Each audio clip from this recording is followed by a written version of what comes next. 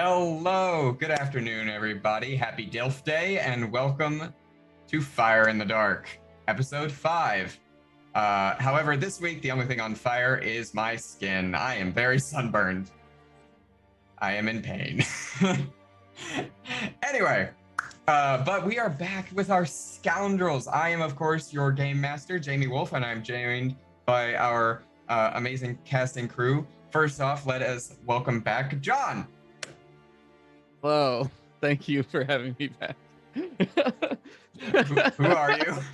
I've forgotten completely how to do this. I'm John Downey, and I will be playing Mort. And we both go by he, him pronouns. Absolutely. Parker. Hi, I'm Parker. I'm playing Asher, aka Spectre, and we both use she, they pronouns. All right. And Cole. Hi there, y'all. I'm Cole. I am playing Tristaro Wax Valentine, and both of us use he, him, they, them pronouns. And as said, I'm Jaimie Wolfe, your GM, and I use they, them pronouns. As you can see, we do not have Rue this week. Rue is off doing family stuff for Father's Day. So we have basically no Portland Pride. Nice. Thank you, our wonderful producer, as always, Duskfall's most volatile engineer. Anyway, but yeah, so Rue is off. He will not be here, so we basically traded Rue for John for this week. But hopefully, next episode we will have all of them along with a special guest. So you can look forward to that. In the meantime, quick review of what happened last time on Fire in the Dark. Mort disappeared for a brief time. And by saying he disappeared, he literally left a note saying he had to go do some dock work. But he did leave some lemon bars, and which was perfect for the crew as they geared up to go meet Duskfall's spookiest and most enigmatic DILF, Lord Scurlock, and his crew. At which point, Lord Scurlock and his crew gave the group the unenviable task of poisoning a cult with a tainted version of their own drug creation, Murmur, and which they pulled off with aplomb, but not before, Tristaro had literally put himself in the hospital with tainted drugs. And somehow Crow ended up TAing, lab assisting for the cult, because no matter what they do, they can't get away from their day job.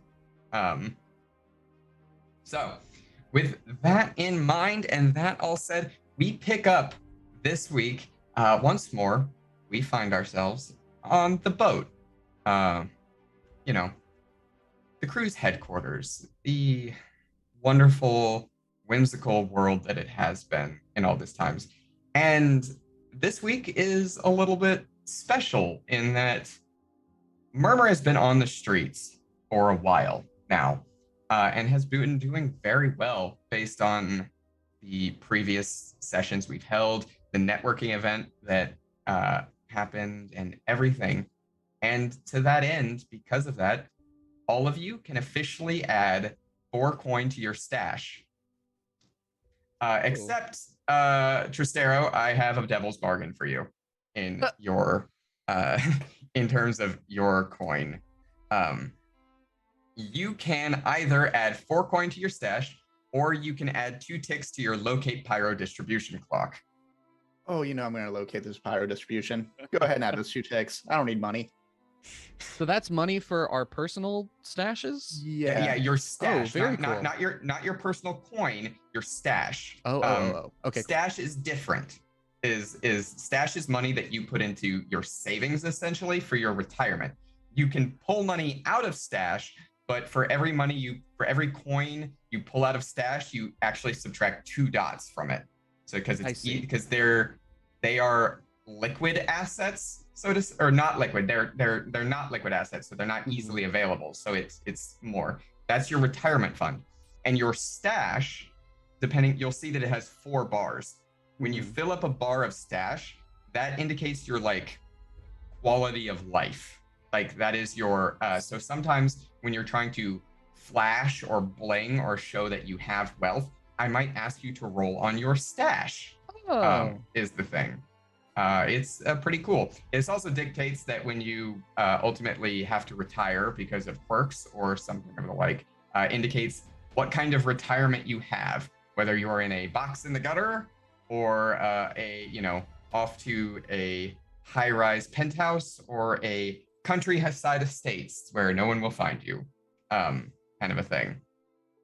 So you can go ahead and add, 4 coin to your stash, as Murmur's been doing very well. And this is reflected as you look around the group. Asher, you in your general position on the rafters just above Mort, can see that Asher has a very shiny new necklace. Whether or not she bought it or stole it is iffy, but hard to say. Mort, you've got a nice new pair of cufflinks that have fit to your suit, as well as a polished up watch that you have got just beneath the surface. And Tristaro, you have nothing because you decided not to actually take any money and instead devoted yourself heart and soul to your goals and ends. But it's also noticeable, Archie looks 99% the same, but you do notice that he's got a shiny new pocket watch that he seems quite attached to. It's got a nice ornate design on it that's filled with mathematical symbols on the front, and then he clicks it open and you can see that it is a very nice pocket watch that keeps the time very well. He hardly ever has to actually wind it. So, as you would hope. But again, this is where we find ourselves on the boat, and y'all kind of snacking. It's not lemon bars this week. No. It's a new recipe. It's white chocolate chip macadamia nuts. Cookies, specifically. This was brought about in a kind of a coalition via Mort and the coffee shop. Mort went in as he was off duty and y'all were doing your thing, picked up a slight shift at the coffee shop, having visited there, and Varen taught him a little bit of the perfect way to balance nuts and chocolate. I've got 3 recipes now. So we're improving. We're getting there. We're gonna fill out this cookbook someday. Yes. But as described, you're in your usual spots. Asher, you above in the rafters. Mort, you're in your usual chair, combing your beard a little bit again. It is looking glossy and healthier than it has ever been before. So I actually meant to say this in the last session that I was in. The session prior to that, my beard had gotten singed. Mm-hmm. And so as a way to clean it up, Mort had actually shaved off the bottom part of his beard, and now he's rocking a mutton chop look. Oh, okay. Yeah. Very nice. So yeah, your mutton chops are looking... that for whatever the last session I was in. Absolutely. Your mutton chops are looking gorgeous, and you have a full and luxurious looking head of hair as you continue to use this comb that was gifted to you by one of the Dimmer sisters. Tristaro, you have rings under your eyes. If anyone looked at you, they might mistake you for a raccoon with the mask you've got going on. I just got to take off my makeup last night. It's fine. Your hair is curly, not because you curled it, but because you had it in a bun and you fell asleep. And not necessarily a mess. You did still brush it, but and you're dressed in your usual. But standing behind the table is Archie, looking excited. He's holding an invitation that's almost the opposite of the last one, that with its darkened edge. This one is gilded around the sides and is in a flowing script. And as he kind of looks over it, yes, all right, we have an exciting venture for all of us ahead, I do believe. The lovely and wonderful proprietor of the Silver Stag, Helene, has invited us to one of her private gambling events, as it were, coming forth in a couple days hence. And I have wonderful news. Wonderful news. This is a excellent opportunity and party, not just for networking and all those things. As such, I will actually be joining you to this one. I have been invited personally to the party with Anya. And I've already gotten my TA to cover my evening classes. So I am going to be fully free and available for this. As noticeably that Crow is missing from their usual spot in the rafters. Oh boy. Yes, so Anya and I will be in attendance at the party. Now, Helene has noted that she wishes to speak with you about some matter in attendance, but I look forward to an absolutely fantastic networking event. And, since I missed the last one, though Anya was there, I am looking forward to, brushing shoulders with some of the elites, because this is going to be less criminals and more nobility and high-end merchants and scholars, my people. Do you have something against criminals? Absolutely not. I kind of made it sound like you didn't want to associate with criminals there, Archie. That's not what I meant, obviously. That's not what I meant. Seemed implied. Obviously, if I didn't want to associate with criminals, wouldn't be here, would I? I mean, honestly, with everything that's going on, I am a criminal at this point. Like, right? You are making your way there, Right. Archie. I just Right? yes. No, you're a you work. I'm manufacturing an illegal substance and helping to push it on the streets. That makes me a criminal. Yes. You sound very proud of that too, and If I that's love what that you want, for you. yeah, right, yeah. I probably shouldn't be proud of that, should I? Now that you think, I don't know. No, it's a great thing to be proud of. We're being successful. I wanted to show some level of pride with it, We love to see it, Archie. We love to see it. Are you feeling up to this though? The event. I mean, we're always so concerned about your safety and your anonymity. You seem to treasure so much. Yes, and like this is an opportunity for me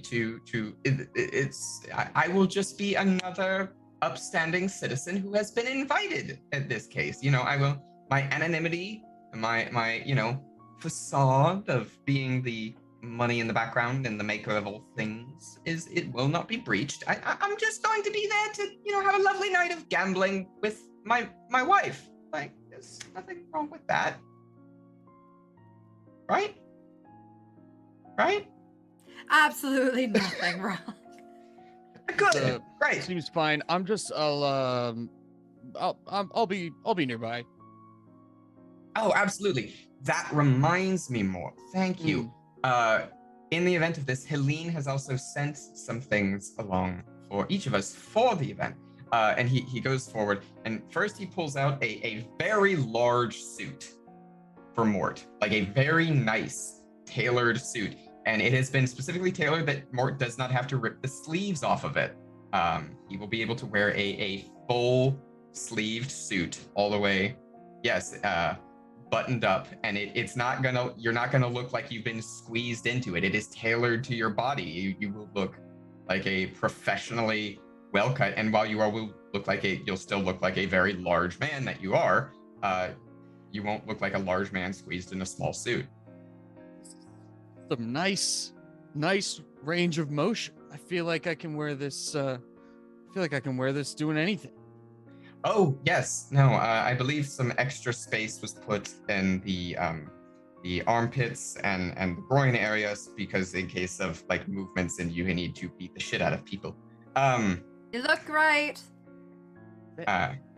Thank you. Tristaro pulls out a different kind of suit for you. This one is a little more where Mort's is a little more like high roller businessman. Yours is more waistcoat, bow tie kind of thing. Very classy, very like high tier academic. Like, yes, I've had many a paper published, and my academic endeavors are known across not just Duskfall, but the islands in general, kind of a thing. I think I have a bow tie, so. Yeah. Oh, yeah. No, it comes with a silk bow tie, actually. I meant like in my bedroom. Ah. Yeah. Oh, yes, I have several. Need more bow ties. And for Asher, you have been sent as Archie actually blushes a little bit as he pulls out a black dress that is backless. It is a small black dress with just a subtle hint of starlight shine and sparkle kind of cast through it. And it is a tight-fitting black dress that cuts off about halfway above the knee. She also sent this, along with this one specifically came with Archie holds up a little like tiny index card with a lipstick kiss on it. That one's for you. Asher kind of climbs down to get this. Also inspecting the dress and looking at it like, she knows I can't fit knives in this thing, right? Did she know it? Yeah, as you kind of pull it up, you look at actually the inseam underneath the armpit here. There are slots for three small knives on each side. Oh, she does love me. Okay.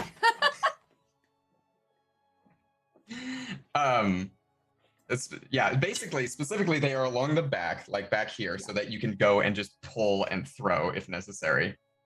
Oh yeah. Yeah. Right. But as indicated, this event is in a few nights hence. Helene has indicated that she needs to speak with you ahead of the event and has extended a formal invitation to talk to her at her office over at the Silver Stag for more events. She is paying us for our attendance, which makes me think there's obviously more to it than meets the eye, but that's not my realm. I have been invited as an actual guest. You've been invited as guests plus for something. So Guest plus work. We're getting used to that, I think. Guest plus work. You know how it goes. It's fine. I kind of prefer that, I think. It's true. Otherwise, I don't know. Sometimes it just gets so boring if you're just expected to talk the whole time. Mm-hmm. I feel weird just kind of being part of the crowd. I feel better having sort of an objective, I think. Yeah. That's fair. That's valid. Right. Well, as for normal business matters, we are doing very well, actually. Murmur has taken to the streets and the private parlors. And with our contact now through Skurlock and his crew, we've even got a couple of the more esoteric ventures that have started to use our look at a kitty. Who started to take our product and use it to their own ends. All in all, while we are probably not the most prominent substance on the street, we're getting there. So to that end, any questions, any concerns, anything for me? Are you concerned about anything? I mean, it feels like... I almost wonder if things are going too good, you know? We fixed some of the wars we kind of had going on and stuff like that. I don't know. Is there anything you're worried about? Tristaro quickly shoving papers about where the firekeepers are under the desk deeper. As said, I'm constantly a little bit nervous about the firebugs, and their firekeepers kind of a thing. They've been proven, as with our own party before where they crashed it, they are a problem. That said, while they've still managed to make something of a nuisance of themselves here and again, they haven't really interfered with us. And that doesn't mean we shouldn't be on our guard. It just means they might be biding their time, waiting for the right time to strike. So yes, of course, I always have a little bit of nervousness about that. But beyond that, our product has become popular enough that and useful enough to a lot of the crews around Duskfall that it is more beneficial to them to keep us around than to not. And to be fair, we're not like a big time gang anyway. If anything, we'd have to fear it's whether or not someone wants to try to muscle in on our turf and take our distribution from us, kind of a thing. Which I don't see happening anytime soon. I know that the Ministry of Preservation doesn't like us, but that's kind of because we've caused several buildings to be damaged at this juncture. But not in a while, though. I mean, we've been good. And I think it's kind of unfair to say that we've caused it. I mean, we It's have true. in some cases, but in others, it wasn't our fault. I don't think the ministry likes much of anyone. Period. That is fair and valid. But no, I mean, those are my general concerns that I've had since we started this venture, Asher. And beyond that, I suppose nothing more than my usual anxiety. But Well, I mean, if you're looking for something to do to buy the time, I mean, what is our entire operation on this boat? Is this our whole? Is everything here? no, that we no. need? No. I manage manufacturing. Right. I've actually had to expand it. It used to be manufacturing was just my little lab, but now we've actually got some people who work under me in a small warehouse that I've rented out for general manufacturing. So like, there's that.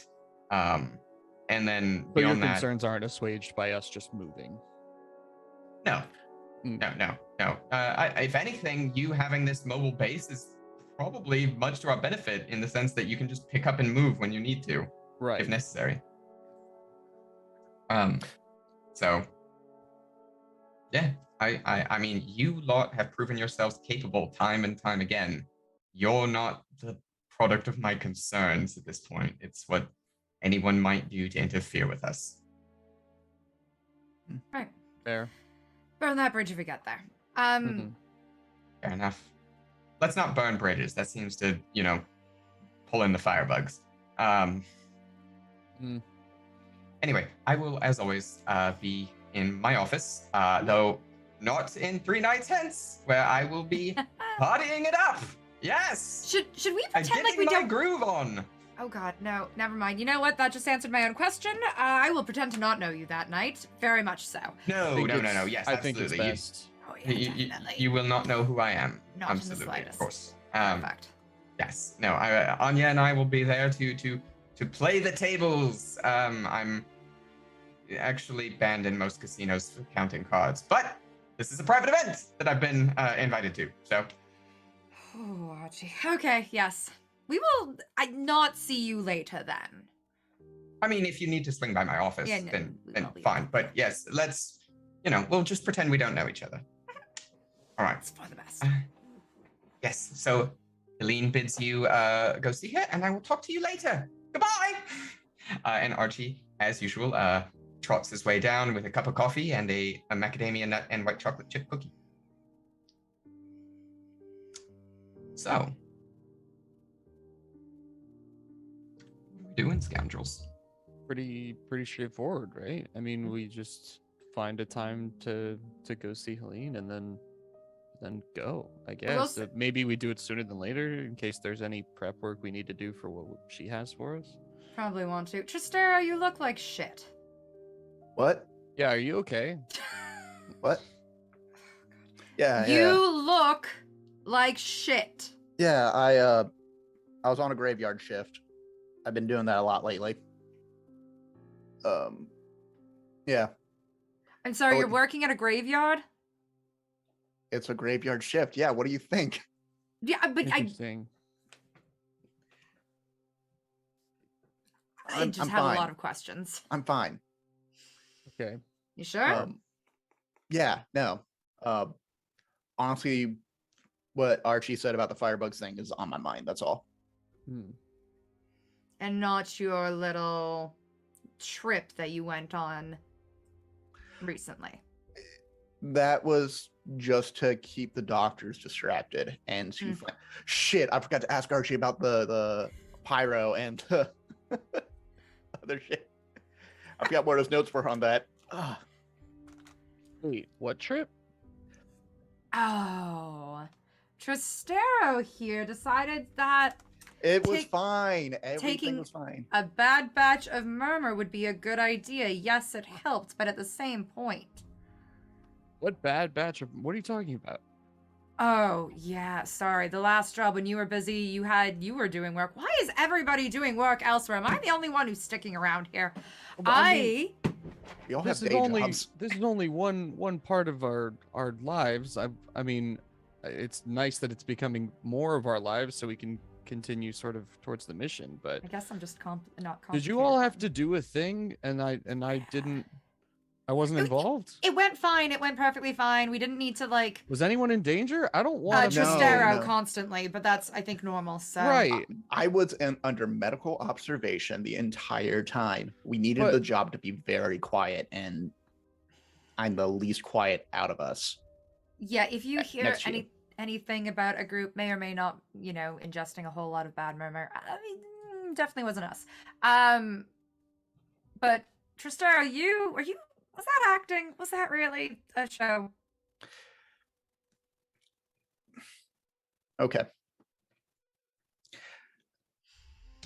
It was, I amped it up a bit, but let's just say the Murmur Venture project is not just another way to make money.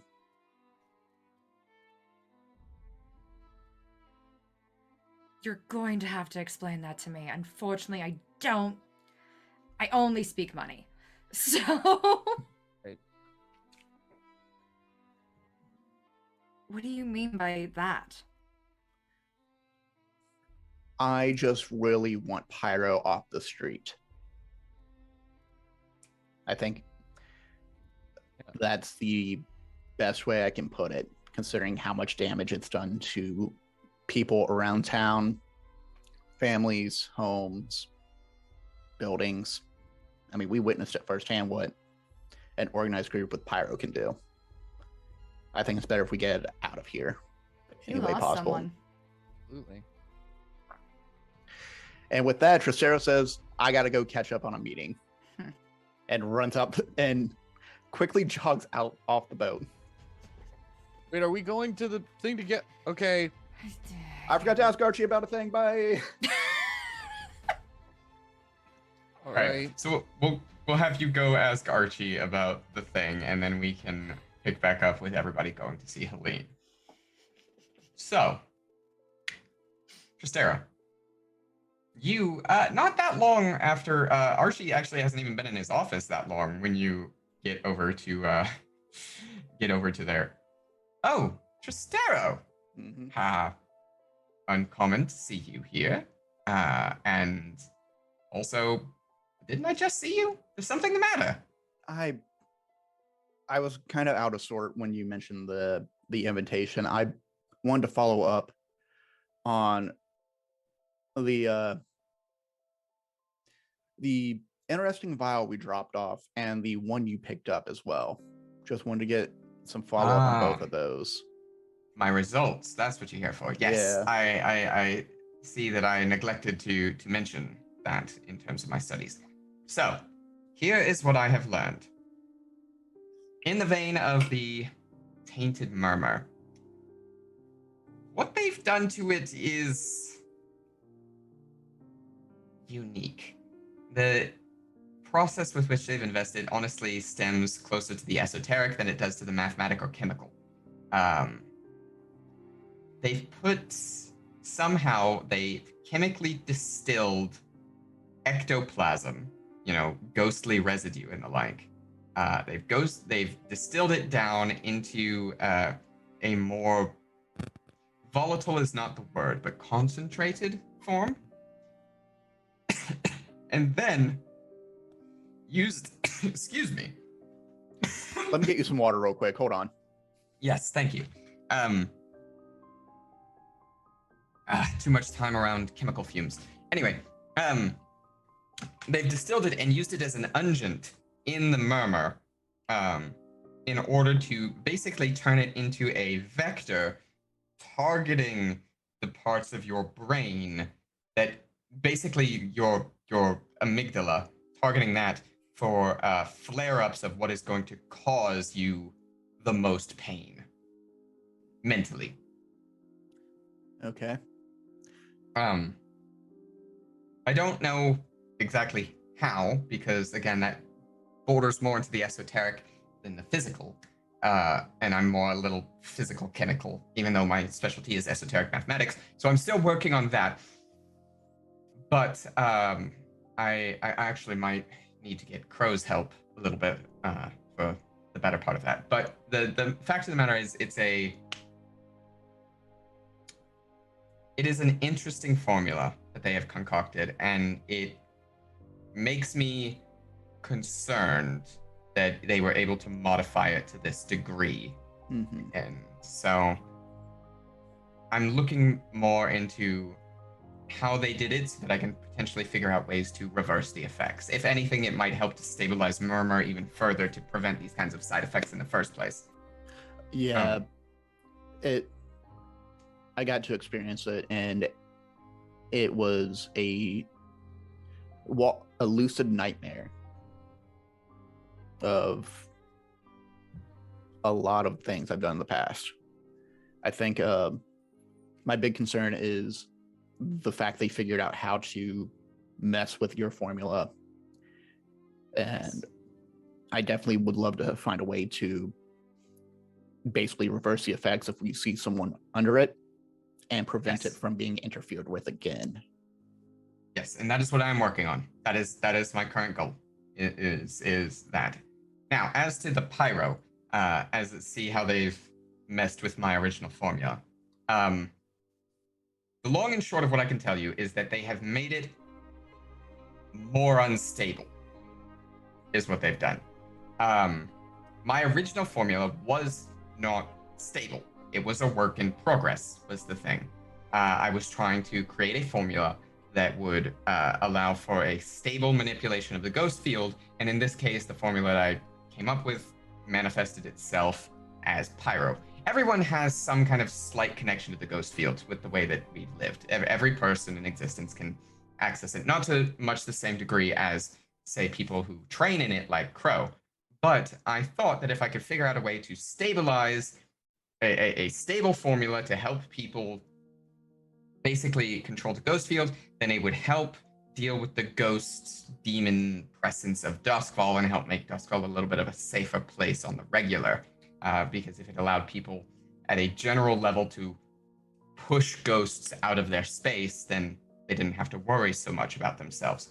But, however, they've taken it in the opposite direction. They have increased the volatility of it, that is to say, the power of it.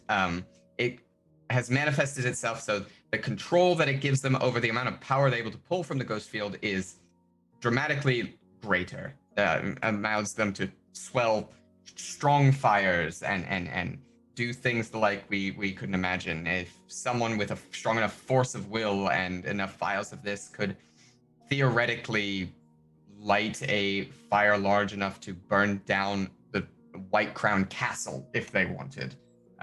Be difficult, and they might burn themselves up in the process, but they could. The problem here is that it takes a great level of stress on the human body. And because of that,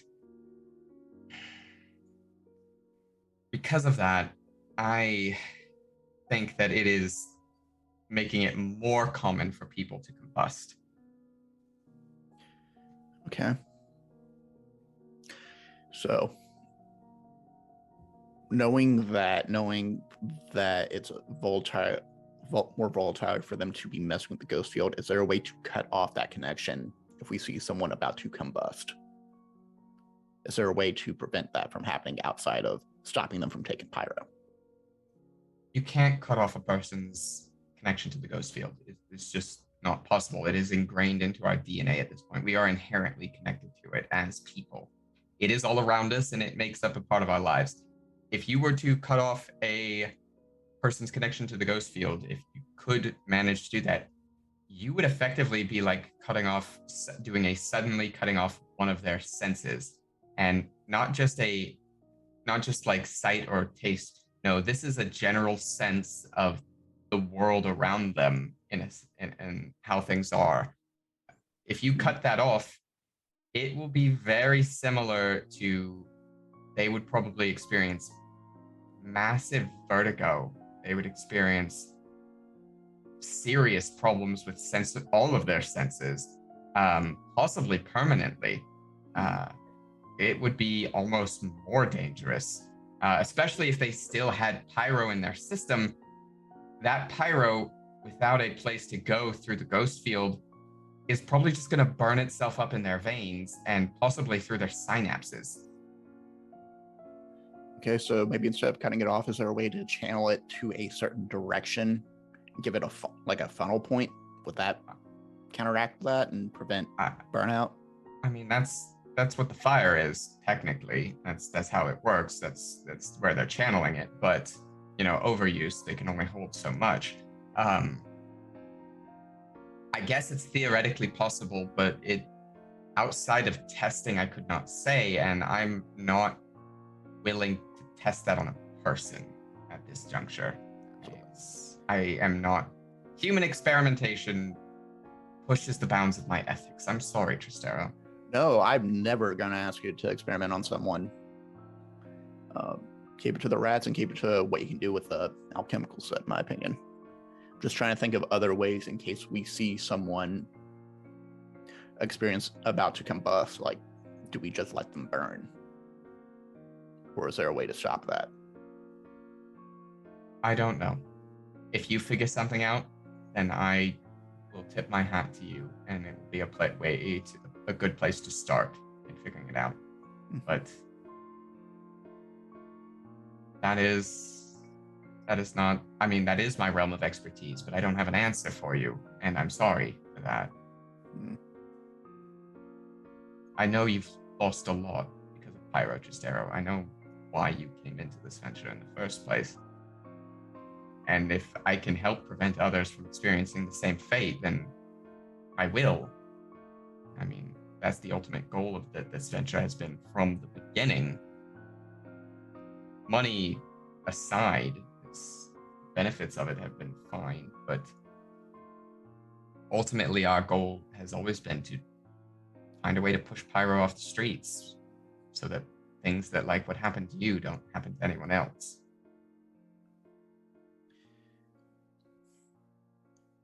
Thank you, Archie. Give me a good deal to think about. Of course.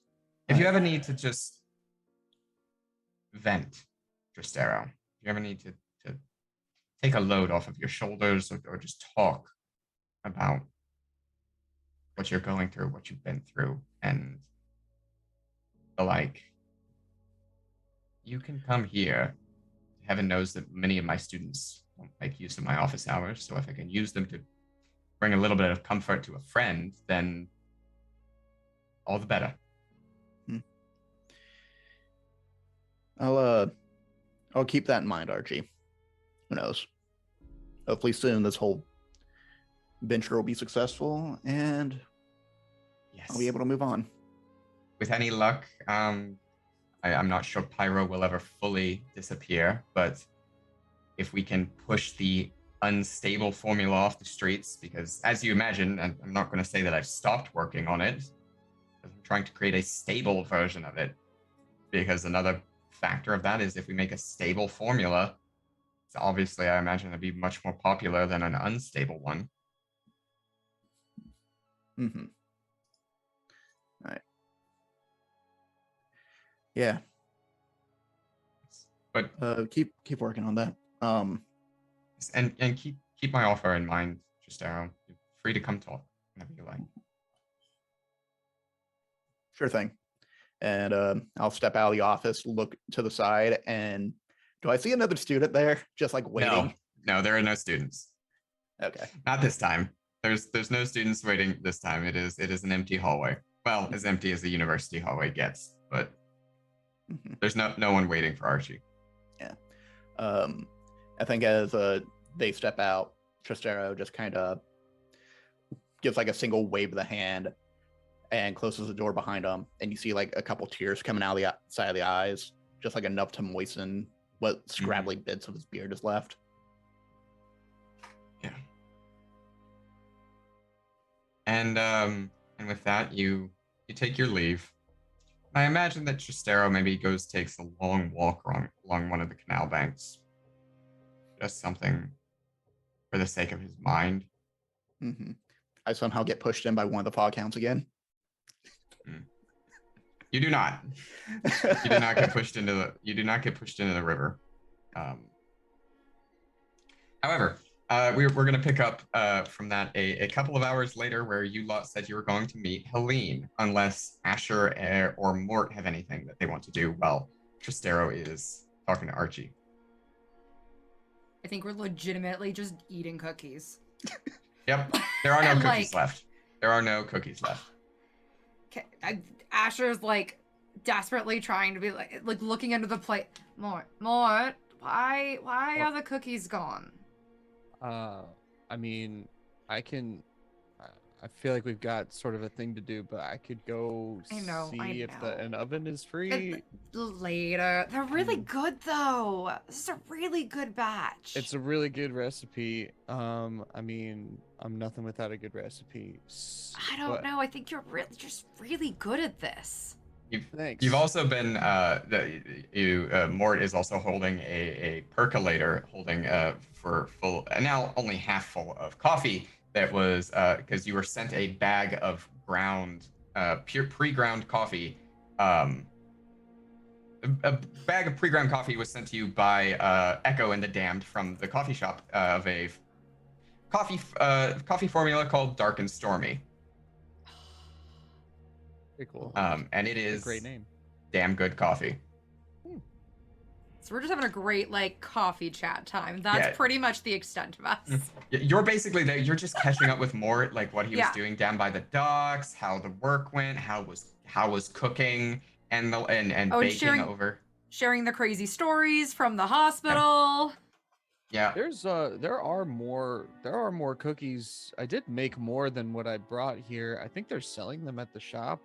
I'm not getting paid to make anything over there, but I think that they are taking advantage of the relationship that we've sort of garnered. You might want to have a conversation with them then about that. I mean, I am getting a lot of free baked goods. I guess. I'm making them, but I do get to take them with me. You were given the bag of ground coffee to take with you, along with the cookies, about half the cookies you helped make when you came. And not to mention the coffee. I mean, the coffee's really good. It really is. This is great. At this point, a recovered Tristaro has returned to the boat. And he's... Oh, thank goodness. I was seriously regretting not following you, because apparently you're just winding up in the hospital randomly. So I'm very glad that you're back here. Hey, not always the hospital, sometimes in the riverbed. Right. But that's the thing, is it's not a big deal if I'm there to help with that. But when I don't see you, I get a little nervous. Mm-hmm. Oh, also I brought more. Actually, they ran out of the cookies at the shop, so here's some lemon poppy muffins. Asher's just staring at Tristaro this entire time. Eventually slides a hand and grabs a muffin, but just no words, just looking at them. Mm-hmm. Should we get a move on? Yeah, let's walk and talk. Yeah. Asher, did you catch him up on the bad dose of murmur and what Crow found out? And I can fill in some extra gaps that Archie told me about. Yeah, we went through a bit of it, but I mean, it's probably best if you explain more or less the details, because you lived through it, so. Mm-hmm. Yeah. So basically, we're walking to the casinos. Mm-hmm. I talk. Walk and talk. Yeah. So basically, what the flock ended up experimenting with, that Scarlock's crew that takes care of most of its dirty work. Right. They took Murmur, and according to Archie and from Crow, they introduce a vector, a direct line that stimulates the amygdala through ectoplasm and ghosts and spirits, and messes with our product where instead of a chance of having a good memory or bad memory, it guarantees you will be trapped in a bad memory. Right. And I was out of it for about 8 to 9 hours. I was reliving some of the worst experiences I've ever had the entire time. Goodness.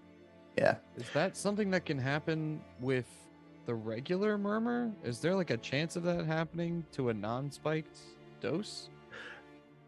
It's a short, Yes. it's a smaller chance, and it doesn't last as long as this did. But it's possible. Mm-hmm.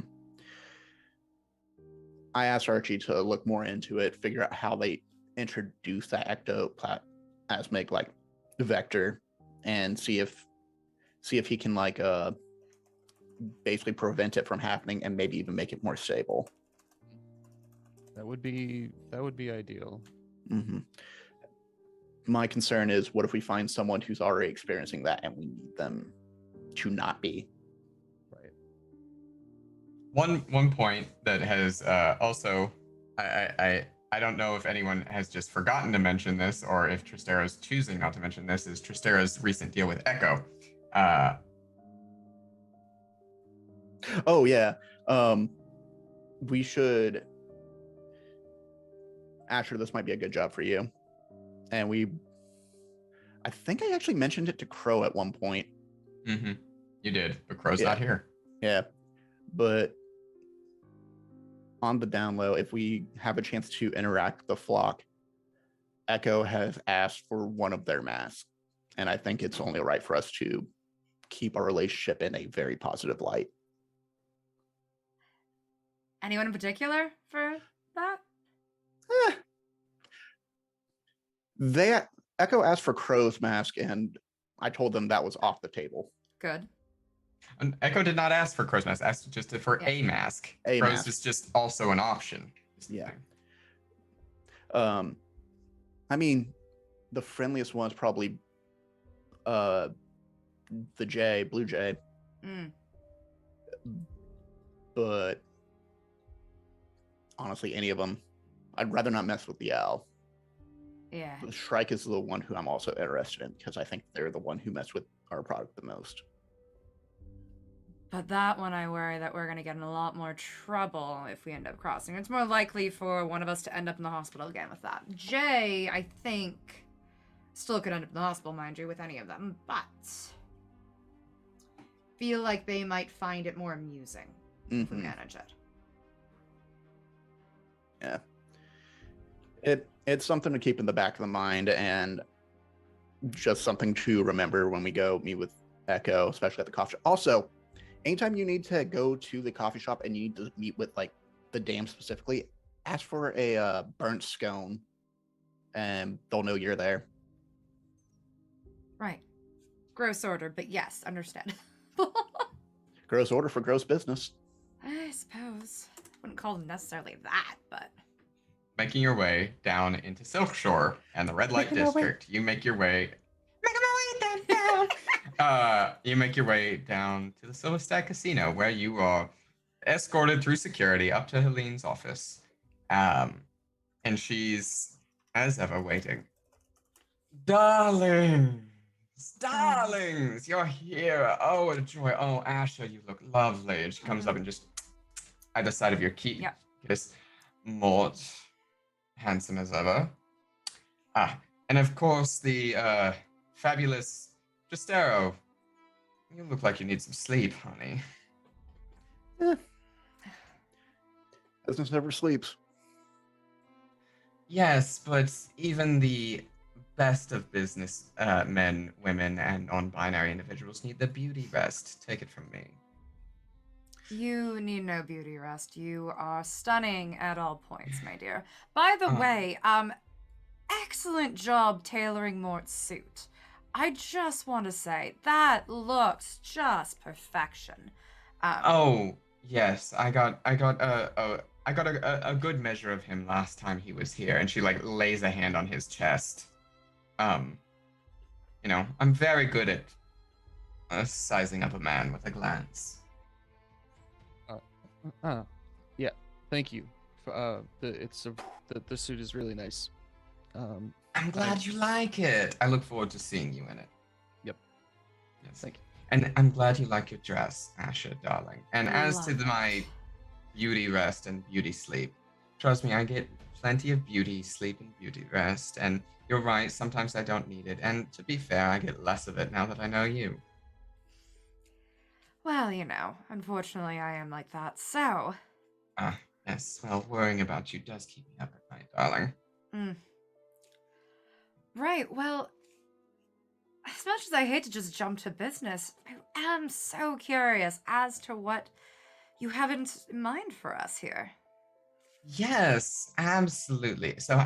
Wait, isn't there usually one more of you? Yes, unfortunately, Crow seems to be tied up with something, so I think it's just going to be the three of us for this one. Well, that's fine. You're all capable individuals. I'm not worried. I just was noting the absence, making sure everything was all right. Anyway. Yes. So, I am hosting an event. Not a particularly uncommon one. It's a Silver Stag Tables event. It's our Gold Tables night, which is when we have some of our highest rollers are invited to. Well, there'll be cards, roulette, dice. You know how it is. It'll be in a private venue here within the casino, and we have a special room set aside for it. We've got catering, drink. There will of course be some murmur there for those who are interested in partaking in that. It's done a fabulous job in business through the casino so far, and I thank you for that. I think we've both made a little coin off of that venture so far. That we have. I'm glad it's done as well here as we hoped. Wonderful to hear that. But to that end, and that says, I have invited you all. Well, I've invited you all here because of a problem. A mutually beneficial problem. Someone has been selling pyro to my staff. Well, can't have that.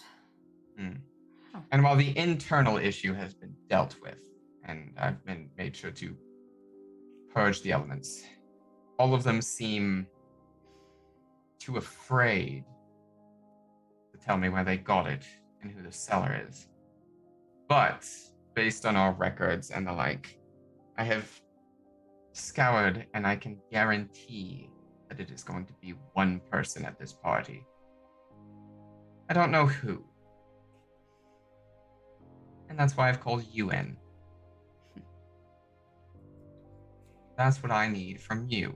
And what you need, I think, for yourselves, is to find the rogue element who's not going to be invited back to my casino anymore for their transgressions. And in the meantime, you will find yourself one of your problem individuals.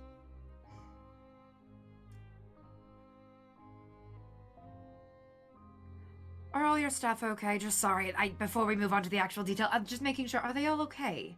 I know... They're fine. Okay. The staff that remain, anyway. Yeah. There are those who were let go, and those who we were able to help. Oh, good. And one incident in the kitchen. But, oh. Yes. The cake was not the only thing flambéed that evening. Ooh. But it has been managed. Okay. Now I just want to figure out who is the cause of it. Mm-hmm. And again, that is why I endeavor to find you. Should you find the individual, they are yours to do with as you please. I request only 5 minutes alone with them.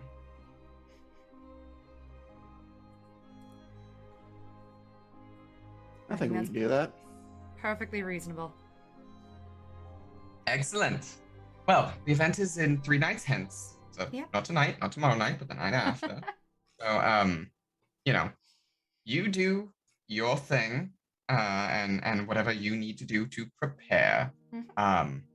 What I can tell you, based on the incredibly limited information that I was able to get out of my staff, who were willing to talk to some extent, the individual is affluent. They are powerful, though to what level I'm not sure. This is a person who carries themselves in high regard. I don't know if it's politics or money or both, but they have power. So step carefully. The other thing that I was able to get out is that the person behind this is definitely male. They are a man, based on the pronouns at least that were used. So again, that is all I've got for you, unfortunately. If you have any questions that might help me suss out anything about the operations and the like that might help you, feel free to ask. But on the surface, this is all I have for you. No, for sure. Is it possible for us to get in contact with the staff you've let go that were involved in this? Sure. I can give you a list of names and the likes of those individuals. Finding them will be up to you. That's on us, yes. I cannot tell you where they are or what they're doing at this point, but I can give you a list of names and their addresses from their original employment stuff. But you have a good trust with your staff, and so those that I know that did open up to you, I think that's likely the best we're going to get out of the current ones. So I'm afraid so. I'm also thinking that the ones that did remain, the ones that I've kept, are the ones I think who didn't know much. Mm-hmm. The ones I let go are the ones who have precisely more information and are refusing to give it. I'm not going to allow that breach of trust to stand, so that is why they have been let go. Of course. But that's why we have somebody like Mort. So. Yes. He seems very effective. Like he knows to handle a person. It's true. Sometimes he hands them lemon bars, and other times he just handles them. Brilliant. Well, that's all from me, unless, again, Mort, Tristaro, Asher, darling, any questions? No, ma'am. Do you have any preventative fire measures, just on the off chance this affluent person decides to heat up the party a bit? Yes, I have thought of that ahead of time. Okay. We have sprinklers in place. Honestly, is about the best I can hope for in terms of a moment's notice at this juncture. Beyond that, other than yourselves, generalized security. Got it. Another question I might have, and I understand you running a casino, this might not be looked favorably upon, but do you have a guest list, or is this a private only, invitation only event, and do you have the list of where all the invitations got sent out? If not, it's an invitation only event for only our most, well, I'm not going to cut cards. Our richest, our wealthiest, our most money spending individuals. Asher has been to these kinds of events before as my arm candy at various points. They are the high rolling tables. These are the ones that literally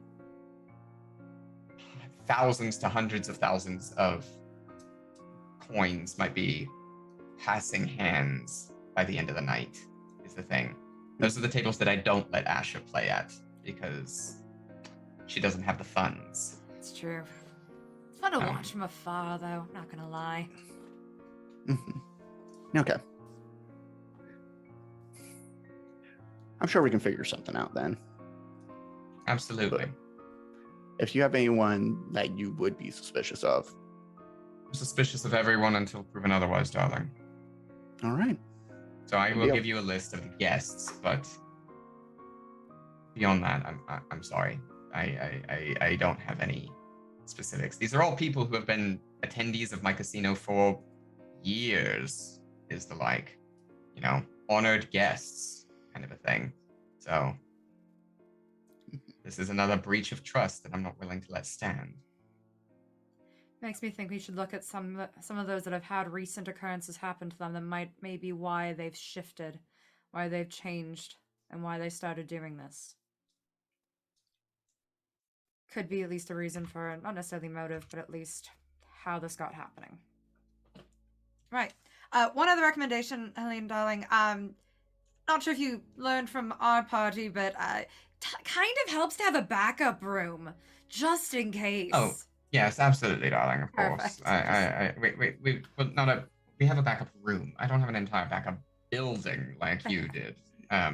That was cut above and beyond. Then again, the entire building was the venue, so I see the safety measure. But in this case, we will be located in just one large room.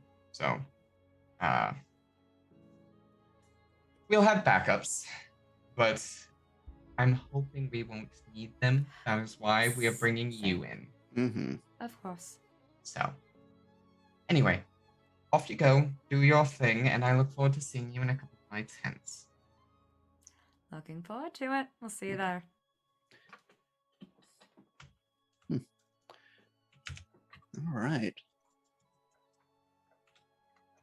Well, this is going to be an interesting one, isn't it? Yeah, I have a few ideas. Some of it's just preventative measures, some of it's actual investigation. So, let's go ahead and go to the gathering of information phase, the pre-plan, the before the job bits that we ever so love to do. And why don't we start with Helene's favorite, Asher? I thought for a second you were going to say Mort, because otherwise... But, Asher, darling, look at it this way. Asher, you're a feast for all the senses. Mort is eye candy. I just love watching buddy. Mort get, flustered over it. Oh, buddy. So cute. I love that comparison. Asher really is mostly going to go take that list of the staff that were let go. Okay. And if there was any name, I've obviously been going to the Silver Stag for a while now, so if there was any names that I particularly recognized, those would be the ones that I would be trying to find. All right, so you're going to go look for the staff. Mort. What are you thinking? I want to know who's going to be trying to do the most dangerous thing and go with them. Fair enough. Tristaro, it's always Tristaro. Mort has no thoughts, only protect. And Tristaro, what are you going to be doing? I'm going to be taking that list of people who have been invited, and I'm going to go check out some of the pyro distribution centers and go back through my notes to see if I recognize any of the names from old contacts or people who I maybe even dealt with at one point. And see if I can see if one, they're still using, and two, if they're now selling. Okay. So a lot of what Tristaro is going to be doing is actually going through just documents, whereas Asher might actually be interacting with people more. So Oh, I that's picked fair. the safest option for once. Yeah, just for once. You feeling okay there? I'm unstable. Are I'm you soft. okay? I'm haunted. Fair, actually. Okay. I'll be Asher's sidekick then. okay. So Asher, as you kind of review the names of the staff, There are two names that stand out to you, ones that you are familiar with. One is Marion Tittle. She, was one of the servers. She largely worked front room, bringing drinks and hors d'oeuvres and the like to the people who were rolling at the tables and that kind of things. So she was a floor hostess is basically what it went down to. The other name you recognize is Julius Jerkovny. Julius, you remember, was security.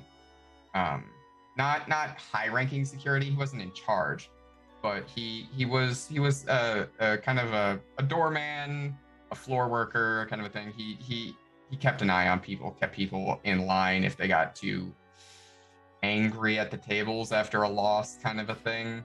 Yeah. He was there to bounce people's bad attitudes and make sure that everyone was having a good time.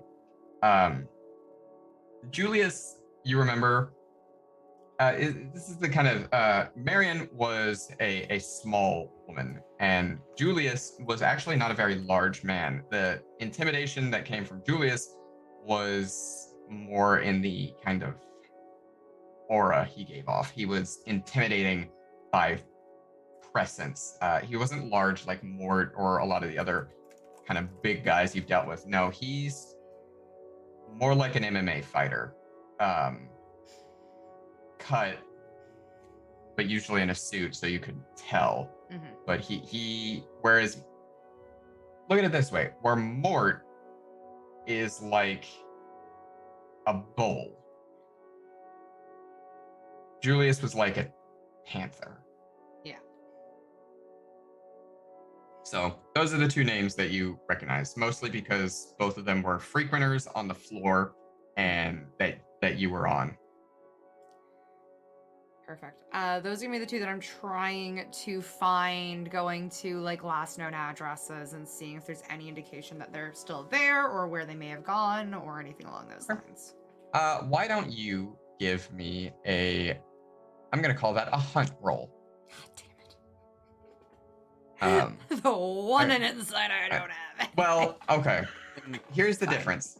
Hunt is seeking out something. Study is to study something, and survey is to do a broad, sweeping kind of overlook. Yeah.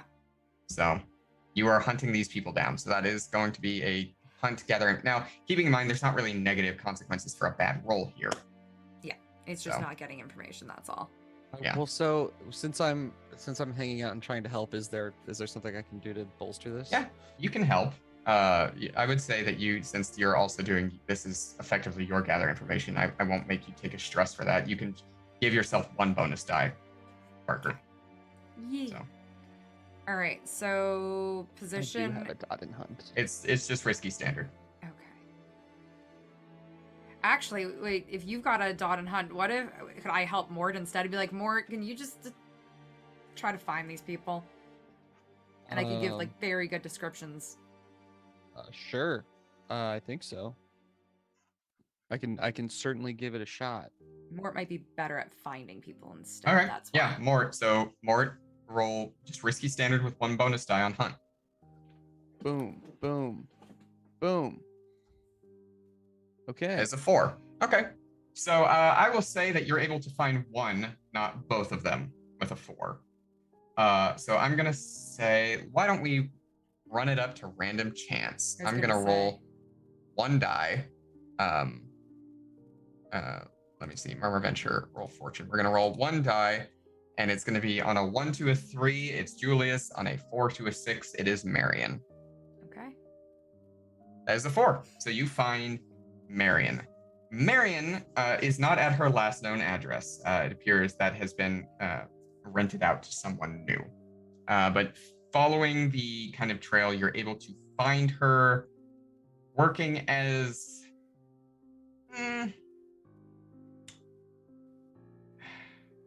She's still working as a hostess, but she's working now at a place in Silk Shore that is far less reputable than the Silver Stag, and one that for lack of a better, more poignant way to put this, doesn't pay as much mind to how their guests give attention to their staff. Got it. Yeah. But she appears to be working as a hostess here. And you are able to catch her just on the back end of her break, where she is out in the back having a smoke. Marion? Sorry. Hi. Sorry, I don't know if you remember me. She kind of looks at you for a second. Double highball vodka and chocolate chip cookie. Yeah? Yes. I mean, I remember your order, but I don't remember. No, still good. Still a good sign if you can remember me off the order, so. What are you doing here? Working. I mean, I'm on break right now. You weren't working here, though. Weren't you at the Silver Stag? Not anymore. What happened? The disagreements, things happen when things go. Just, you make a few mistakes, and sometimes you gotta leave a job. It happens, it's the best of us. What kind of mistakes are you making? I rarely know anybody to have left that job. You were always doing great there as well. I mean, I thought you were an excellent hostess. It's even someone who's good at their job can make mistakes, and if you make too many of them, well, there goes the job. It's fine. Anyway, I'm on break. Fine. I should. I'm so sorry to bother you. I heard something went down over there, and I got worried. Are you doing okay? Yes. Yeah. Marion? She's kind of like nervously is like scratching her arm and like fiddling with the cigarette. Asher approaches her and kind of goes to hold her hand, if she'll allow it. She doesn't resist at first, but she does tense up considerably. Asher just slowly starts to like brush her thumb against the back of her hand, just as meant to be soft and soothing. I'm trying to find out what happened, because I don't want anybody to get hurt. No more than anybody else already has.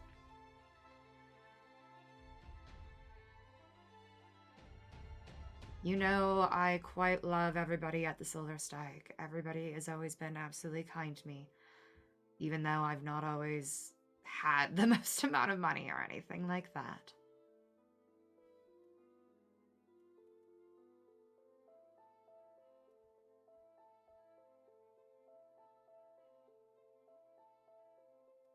There's a burn spot in the kitchen now. It's all that's left of Arlen. What happened to Arlen?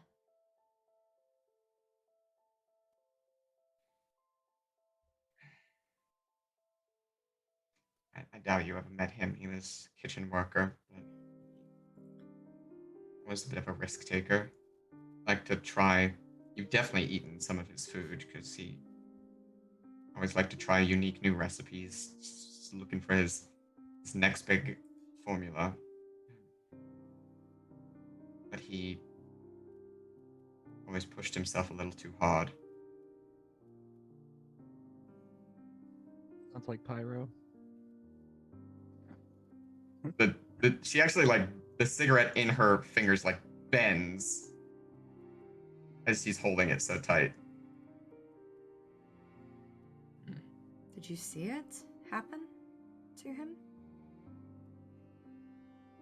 Mm-hmm. Oh, darling. Oh, I'm so sorry. That Why did he have it? It's a good stimulant. Kept him awake. Gave him a good amount of control over the burners. Always get the heat just right, he said. But I've never seen it come into the casino like that, though. Well, you never saw Olin. He's, True. a backroom worker.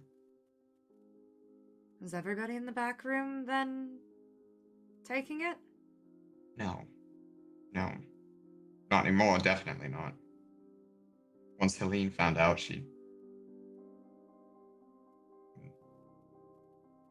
the purge of it was thorough.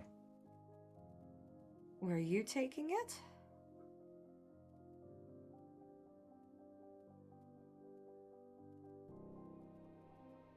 Oh, darling.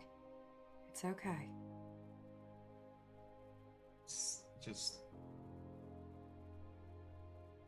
I needed the extra shifts, and I needed to stay awake for the extra shifts, and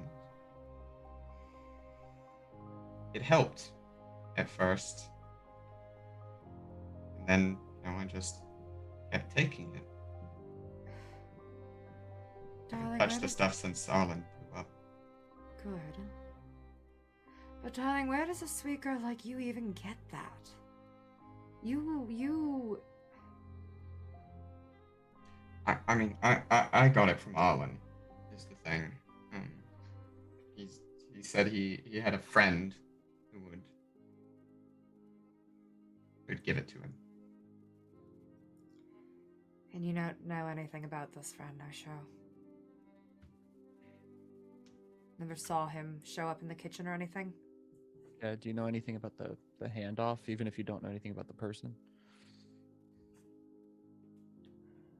At this point, she gets really nervous. To a point that she has broken the cigarette in half, and she's just barely holding the two halves, and she's almost shaking and shivering. And I'm gonna pull out a cigarette and light it and put it in her hand. Thank you.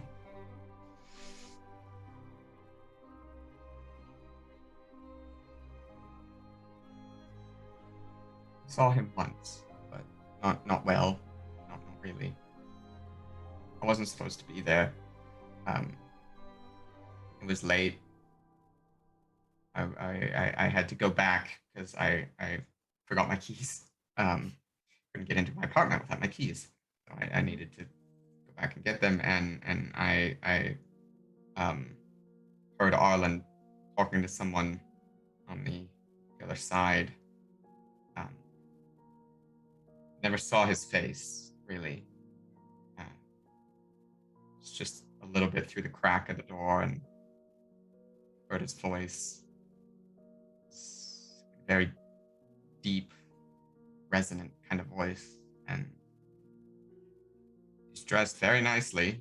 I know that, but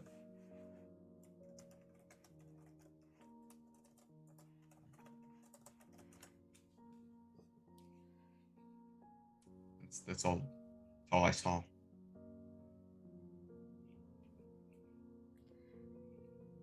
That's all I know.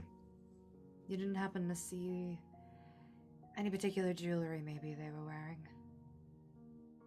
No jewelry. Tattoos? Hmm? Tattoos?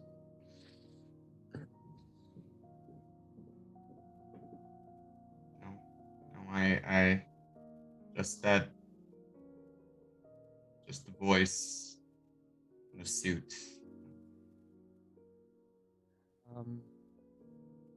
Maybe an accent. And do you remember what time it was? It was late. Like late enough that you might start to consider it early. Late. Okay. But for an accent,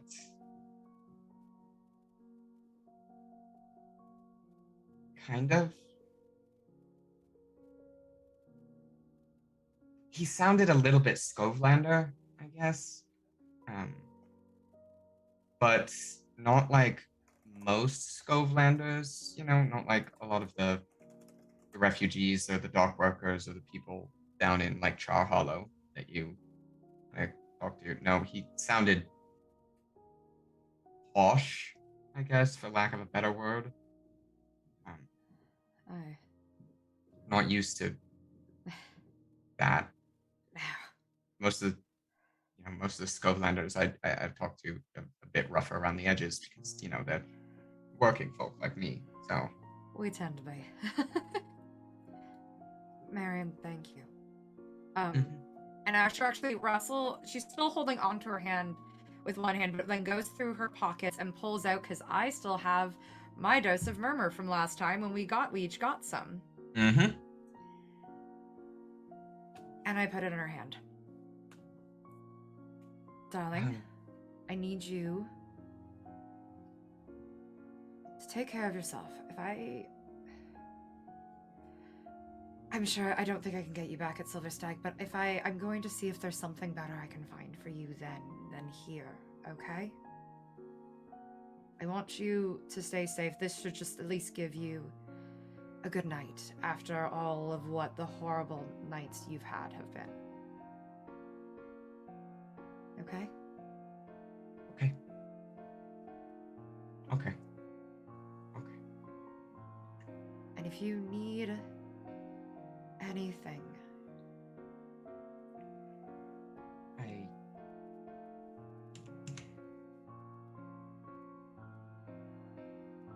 needing things isn't what people like me do. Eyeball. I need things as much as I want, but in this city, when you're on the lower rail of things, the more you need things, the easier it is to end up in a gutter. You know what? Preaching to the choir. But it still doesn't mean we can't try. Or at least try to be better for each other. Okay? I want you to try to be better for yourself and for me. I know it's hard. The city is hell.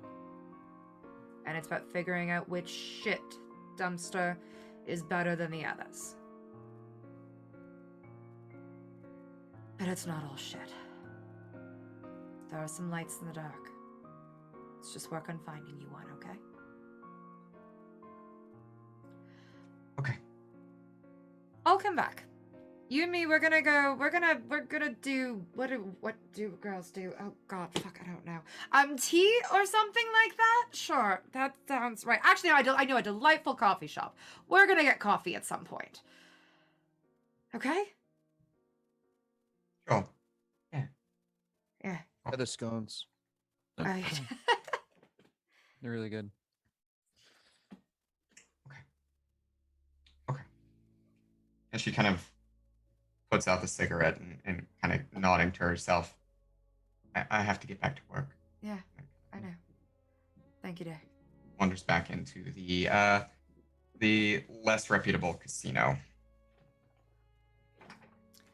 Tristaro, you are going through papers and paperwork and all those good and lovely things. You're looking at names. You're looking at connections. You are drawing lines. And of course, anyone who's this rich, this powerful, their name's not going to be connected to anything you had. Of course not. But I do have a you have got a big conspiracy board with red thread, and you can draw the threads if you have to. So why don't you give me a study roll? Mm-hmm. What's the devil's bargain for me? For you? In this instance, the devil's bargain that I've got for you. I do have one in my back pocket if you want a recommendation. I'll take the one in recommendations, I think, yeah. At some point during this job, Tristaro's going to feel that flashback from the murmur again, and it's going to be stuck and cannot do anything about it without either resisting or taking on more stress. That's an interesting one. I think that might be one I keep in my back pocket, though, not for this one. I will say my devil's bargain here for you is that no matter how well you roll on this, you are going to hit a snag. You are going to hit like a point where you can't go any further, and you're going to have to ask someone for help or information or that last little keynote to get you the handful of names that you're hoping to get. Who that is would be up to you, but damn. My worst enemy, asking for help. So, but I will give you a bonus die, which means that you will get, the better you roll, the more information you'll get before you get to that point of needing to ask for help. Yeah, I'll take that. That's and I think this was a study roll, if I remember right. Yes, I said study. Cool. That is a 6. Oh, nice. Very nice. Yeah. So you start drawing parallel lines between your own investigations you've been doing into pyro distribution, your backlogs of distributors and pushers, and you start working a chain down, basically trying to run up to the most affluent people who might be connected to pyro. But you get to a point, which is to say you get all the way up the line, not into the firebugs or anything, but into general distribution that has been happening on the streets, to the point of you've got names of people who have been doing, at least used to do, distribution on the streets, more or less not to high-end parties like the one you're going to, but to private events and catering to wealthier clientele, not just the street stuff, but the good stuff kind of a thing. And you get a handful of names from that. You also work out that the person or people doing this is, you're 90% sure that they're not political nobility. They're mercantile. They are, with the way that this has been going, this person probably runs import-export stuff, because that is the best cover for getting things narrowed down and transporting goods. You're looking at someone who's using their import-export business as a cover to also distribute, i.e. kind of locally smuggle pyro. Okay. So what that would mean is they're merchants, which means the people I would probably go to would be the Hive, and I would go to Jira. Okay. So you're going to go to the Hive. That is honestly probably your best plan, since y'all do have a +3 with them. Mm-hmm. It's make use of your resources. You can keep going to the Damned, but the Hive do like you. I'm worried that Wick might have another bomb. It's fine. That he made. Probably, but that one's safe 85% of the time. So you are gonna go see the Hive, and getting to see the Hive for you is surprisingly easy. For most people, it would be a little difficult, but for the Hive have been good business partners in this case, since they have a good distribution network already in place that's selling to the Hive and setting things up for the Hive has just made your business run smoother. Anything that you sell to the Hive does need to be absolutely the highest quality because they're using their secondhand network. But, and of course, then the stuff that people buy from the Hive tends to be the more upper end murmur stuff, and their prices are a little higher. But it's a good business for you to sell to them in bulk so far, and they like you. Now, mind you, it takes a little while to get in to see Jera. She is a busy woman, but when you are finally invited in, she's in her office. She looks up. Ah, Wax. To what do I owe the pleasure? Coming by, wanted to see how it's going, ask how our business is doing, and also ask for a little bit of a favor. All right, well, business is fine. Things are pushing through well enough. Mm-hmm. Let's cut the shit and get to business. You need a favor. Ask the favor. Yeah. I'm going to pull out some of my paperwork and some of the names, and I'm going to say, there is someone pushing pyro to the rich and noble. Did I get in touch with Mort and Asher about description? I'd say sure. Yeah, absolutely. Mm-hmm.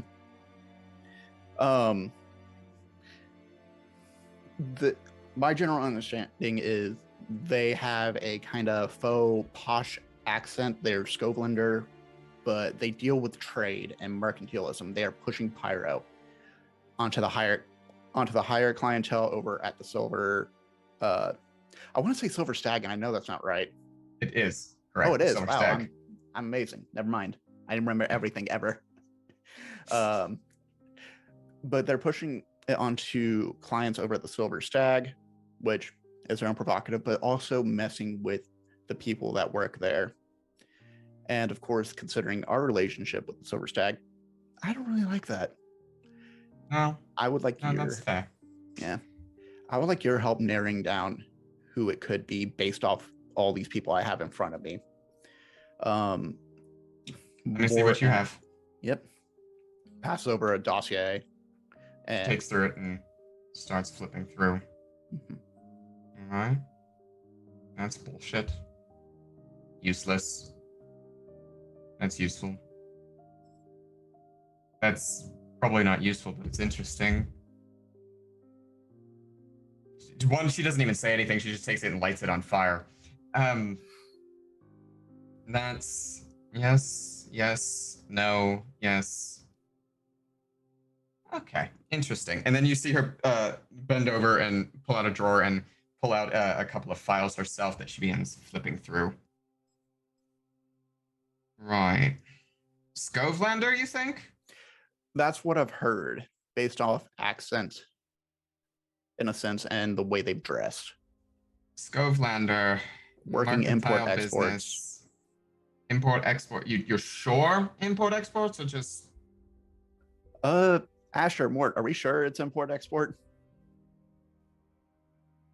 That face doesn't help me out. We're not really sure on that. We were trying to figure out more details on the person, less so on what they were doing. We just assumed that that's the distributor. Yeah. They could just be a well-off rich merchant. All right. Let me... And mail. Mail. All right. Just flips through a little bit. Slaps down a couple of dossiers. Right. So, I have a couple of names here to help you. In exchange, let's call our next shipment of Murmur paid for. I'll go ahead and what was the nickname Archie gave himself? The Purveyor? Mm-hmm. I'll let the Purveyor know. Sounds good. Mm-hmm. Well, in which case, narrowing it down to a Scovelander merchant with connections and the like that you're looking for, I've got 4 names for you to look through, which is probably substantially better than you had. I had about 15, so yep. I noticed. I'm sorry. I've been out of the game for a while. It's all right. Stop playing a game to play a new one. Go where the money's at, as they say. Anyway, first one's name is Doyle Calloway. Doyle is an antiques merchant. he sells old things and the like. Largely furniture and that kind of a thing. But beyond that, the occasional painting. On the rare chance he has maybe a artifact with a spooky history or an antiquated weapon. But most of the time it's just furniture. Old furniture is like. But furniture is a good place to hide things, as they say, and for transporting stuff, and everybody needs it. So usually there's not a lot of problems with him getting in the door to see any kind of upstanding citizen. And no one would question it. Next one I have for you is, Skovelander raised, I guess, but isn't actually originally from Skovelander. They're kind of a... The name is Andres Takeren. They are originally from... Fuck, your GM's failing on the name of Takarosi? Nope. Starts with an I. Eruvian? Eruvian. They're Eruvian by birth, Skovelander raised. They were a Red Sash for a while till they started their own business. The Red Sashes are already drug dealers, so that's kind of pushing Eruvian spice, so that gives him a foot in the door. But Andres is, in and of himself, is technically a notable grocer importer from Eruvia at this point. He imports a variety of spices, herbs, and food. Third name I have for you is Lyland Buttress. Lyland isn't actually a merchant per se, but he still kind of fits your bill. He's a Skovelander agent in the sense of he's a people person. He connects merchants. He connects people in the business world. He's your face, your advertiser. He's the person who gets your name on the streets and connects you with the right people. He's a good name to know. But again, because of that, he's in the mercantile world and knows virtually everyone that's worth knowing. And he's worth a lot of money because of it. And last but not least, we have Tristan Malachi. I don't like Tristan. I'm not going to be sad if Tristan is the one who's on the back end of this. Tristan is gross, to say the least. He's an importer and exporter of people, not in like a... On the surface, he does a good thing. He helps bring in Skovland refugees and the like. He gets them. On the undercurrent of that, he gets them here through exploitative work contracts. And he ends up taking almost 60% of their pay for however long their contract term is for getting them here in the first place as his fee on top of whatever he charges to get them here. Now, we do dirty business, but he does something technically legal that's even worse, in my opinion. So, of course, probably justifies all the fees he's taking as a cost of operation. Absolutely. So again, he meets the Skovelander bill. He probably doesn't have as much influence as the others in terms of the noble second quarter. And he probably isn't able to push pyro to the nobles as much. But if you want to see someone who can push pyro onto workers, he fits the bill. Mm-hmm. Anyway, those are the names I have for you, people to look out for. They're all Scovelanders of one type or another. They're all wealthy merchant lords. This does a lot. This helps out a lot. One more question, just based off your experience and your network. Have you had any people working under you have to deal with someone who was undergoing a pyro overdose, combusting, anything? How did you handle that? It's inevitable in a line of work as ours that you're going to have people who use. Our network is extensively large. We have thousands of people that work under us. You have to understand. Even as we keep strict watch on everyone. So yes, we've had people who've used pyro before.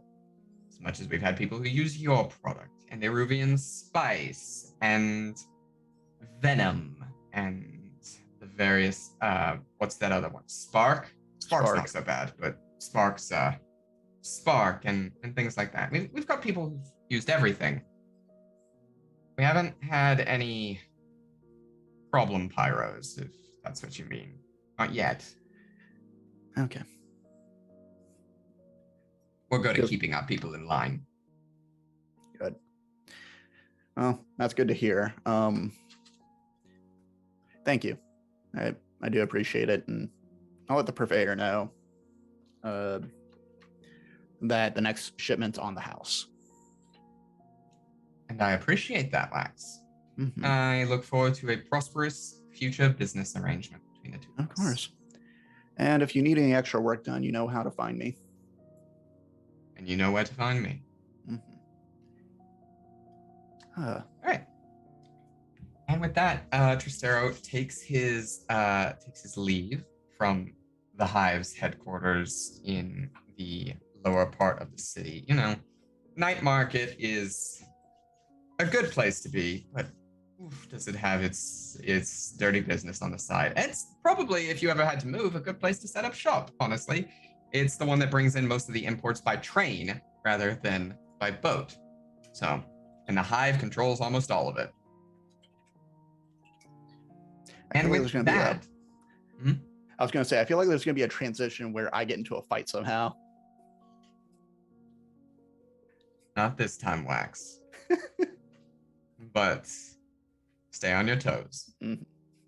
And with that, that is all of our information gathered, and we will be picking up with the party itself. But for now, we're going to go to our break. We're going to get up and get some stretch. So everyone out there, refill your snacks, refill your drinks, refill your cups. We'll be back in about 5 to 10 minutes, where we will be in the halls of the Silver Stag amongst the wealthy. Looking for a liar. See y'all then. Mm-hmm.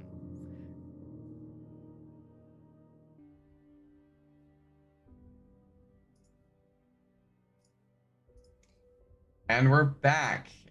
Hello, welcome back. We started off this session. Everyone got the job from... We have our scoundrels, of course, getting the job from Helene that they need to basically attend a party and figure out who's the liar.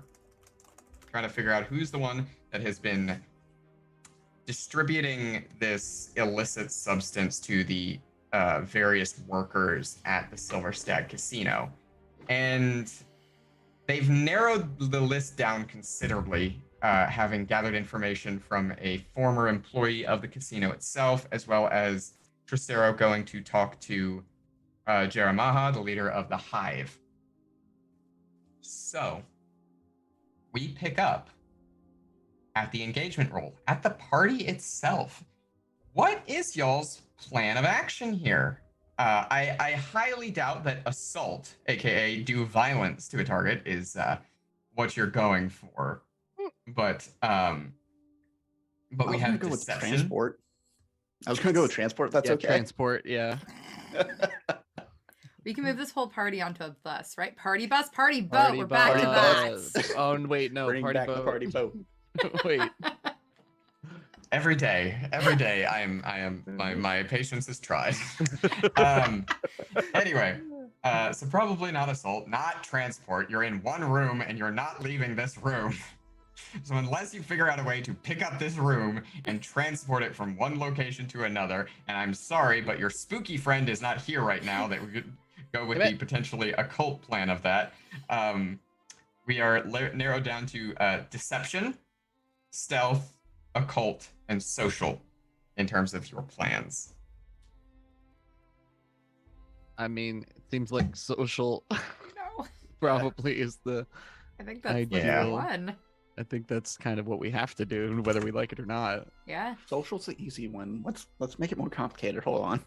You'll do that normally. It's fine. Yeah, complications will arise, and we will handle them poorly. So, My favorite way of handling them. The only way of handling them. Do we maybe? Is there some way we can like finagle a deception roll if we're going in as like should we try and figure out if anyone is selling pyro at this party and like try and figure them out that way? Would that be a deception situation? It could be that. I would lean more towards our social connection to Helene. Right. But and other connections that we might have that are there too. Yeah, like we saw the party list. There's definitely a few people we probably already know. Yeah. Oh yeah. And I think absolutely getting social with them and having conversations might lean us into the right directions, and also just starting to talk to them. I think is probably the best. We're not, unless you two want to play the game of pretend to be someone you're not, but otherwise. Yeah, that's also the like. It's the only other reason why I think deception is if you two wanted to come up with a guise for some reason. I do have a fine cover identity. Oh my god. That was going to be my next question, because social was maybe the obvious choice, but I was going to throw it out there to see what else you might want to do. Asher is a known factor at this place. Asher is who she is, what she does.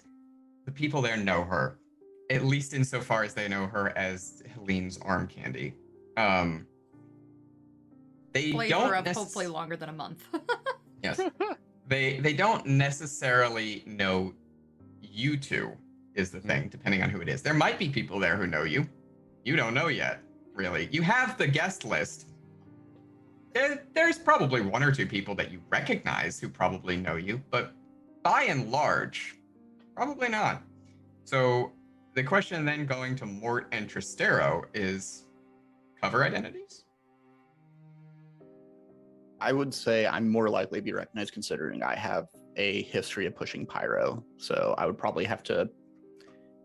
Oh God, I had a disguise But we know kit. that's only one person. Like there is a single factor here who is pushing pyro, and we know that usually it's kept pretty far out of this casino. Like Helene makes a concerted effort to keep pyro out. So considering your dealings, I feel like you might know that like this person might know you, but they probably wouldn't want to act on knowing you for fear of being found out, right? Yeah. So the cover identity still might be an option. We could go with that then. That one. Yeah. Yeah. And I don't see any like downside to doing it for me. Mm-hmm. I can go any which way on this. Yeah.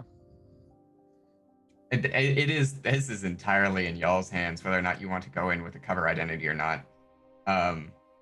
So I if you need to take a moment to think about it, take a moment to think about it. But in the meantime, I will start getting our engagement roll ready for the position you're in going into this party. You get 1 die for sheer luck in the engagement roll. So we gotta start that. Is it particularly bold or daring? Really, you're going to a party.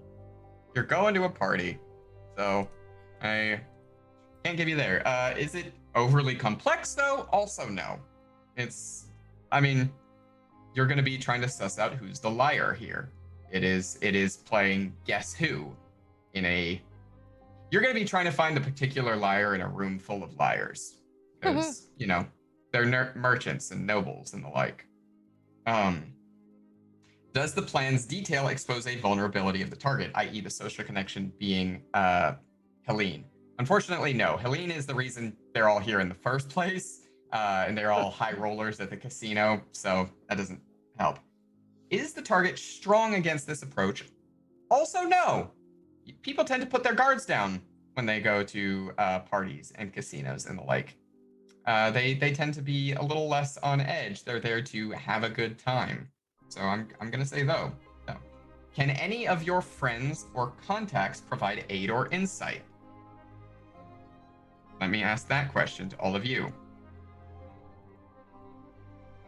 I think we got a lot of aid from the Hive with Jira saying, here are your likely people, marking down from that huge contact list we had down to 4. Mm-hmm. Absolutely. Yeah, that's fair. Okay, Yeah. I'll give you a die for that. I will also, however, are any enemies or rivals interfering? I'm taking a die away. And last but not least, are there any other elements that you might want to consider? Lower tier target? Nope. Higher tier target? Not enough that it would really affect you. I would say I'm going to give you a bonus die for the setting. Helene has put a lot of work into her events and parties. They are known as places to be classy, and as long as you don't rock the boat, you're going to be starting off on a better foot because of it. So 2 dice. 2 dice on the engagement roll. And that is a 5. Okay. So we'll be starting in a risky standard position. You're not in the best position. Certainly not desperate, though. It's just a regular level of risk going in. Mort, Tristaro, thoughts? Cover identities? Yeah. Yeah, I think I'm gonna do it. I think Okay. I like the idea of maybe like a kind of a merchant. I would maybe like a flour merchant or something, like baking supplies. Okay. That sort of explains my size. No, Like oh goodness. I'm the like flour merchant. I was trying to think of a merchant. way, like I wanted to be a merchant so I could like fit in with this particular crowd, and I was trying to think of some mercantile thing that would explain my size. So flour and baking accessories. Yeah, like Okay. baking necessities, I guess. Yeah. Yeah. And Tristaro, do you want to come in as a flour merchant of the other kind? Honestly, I would love to do that because technically I do have experience considering I have to be a gravekeeper on the side. Mm-hmm. Yeah. Okay. So coming into the party, it's all about the first impressions and the things like that. Asher is coming in on Helene's arm when Helene chooses to make her entrance, as she does, is the like. My question also for Mort and Tristaro is, are you coming in individually, or are you going to come in on each other's arm? Whoa. I'm okay with that. I do want to know I am wearing I pulled subterfuge supplies, so I am disguised up a little bit. The hair dyed with a little powder. bit of makeup and stuff to kind of change the face. Mostly around here, just like right around here is where all the makeup's going. Yeah, absolutely. Just to make sure that the rings around the eyes are gone. Sounds good. All right. So Tristaro coming in on Mort's arm. Everything. Yep. We have our flour merchant and our flour merchant. Quite the dynamic duo. An amazing pair.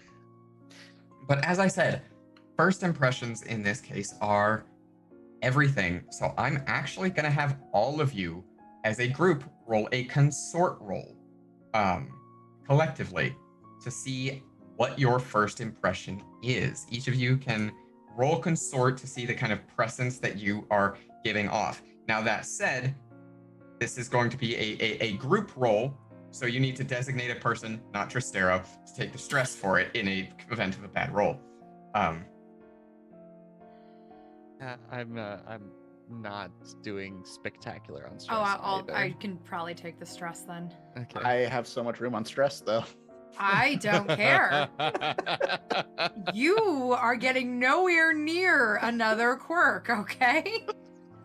So help me. No quirks allowed. No. None for you. None for you. None quirk left beef. Okay. Yes. Not All even right. as a Standard. treat. Yes. So everyone give me a consort roll. Let's start with Asher. It is risky standard. There's beyond that. Yeah. Devil's bargains are of course on the table if you would like. Nah, I think all right, we're rolling so with it. a 4. So that's no stress Yeah. for you from your roll. We chill. Mort? I should at least consider a devil's bargain because I have nothing in consort. Okay. Yeah. Devil's bargain. Your role will influence the group and the kind of first impression that you all make. However, regardless of how you roll it, you have attracted someone's attention. Just based on the everything of who you are and what you look like. I mean, yeah, that seems fine. Sure. Okay. I can work with that at least. right. So bonus die. 1 bonus die. Great. And there is someone who is paying attention to you. Okay. Asher, you take 1 stress for that. Mhm. And Yeah, Tristaro. that makes a lot of sense. Same devil's bargain, or do I get something a little different?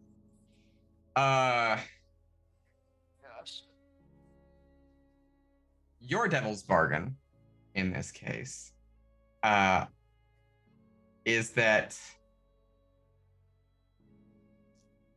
your devil's bargain, you get a bonus die. However, in this event, you don't know if anyone here is on murmur.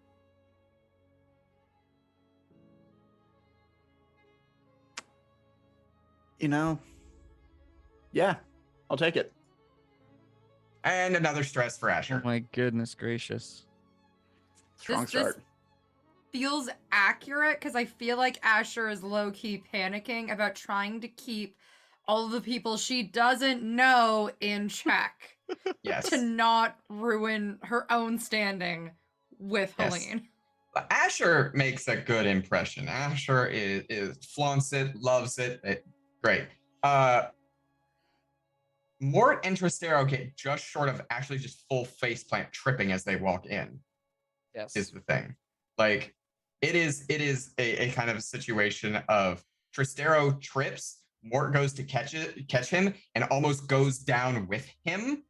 And they kind of like end up like stumbling in, standing back up, and being like, "This is fine. That's fine. Everything's fine." Everything's fine. Just as like extra flavor, can I have my arm sling around a rope, sling around Mort, just like around his shoulders, and just go.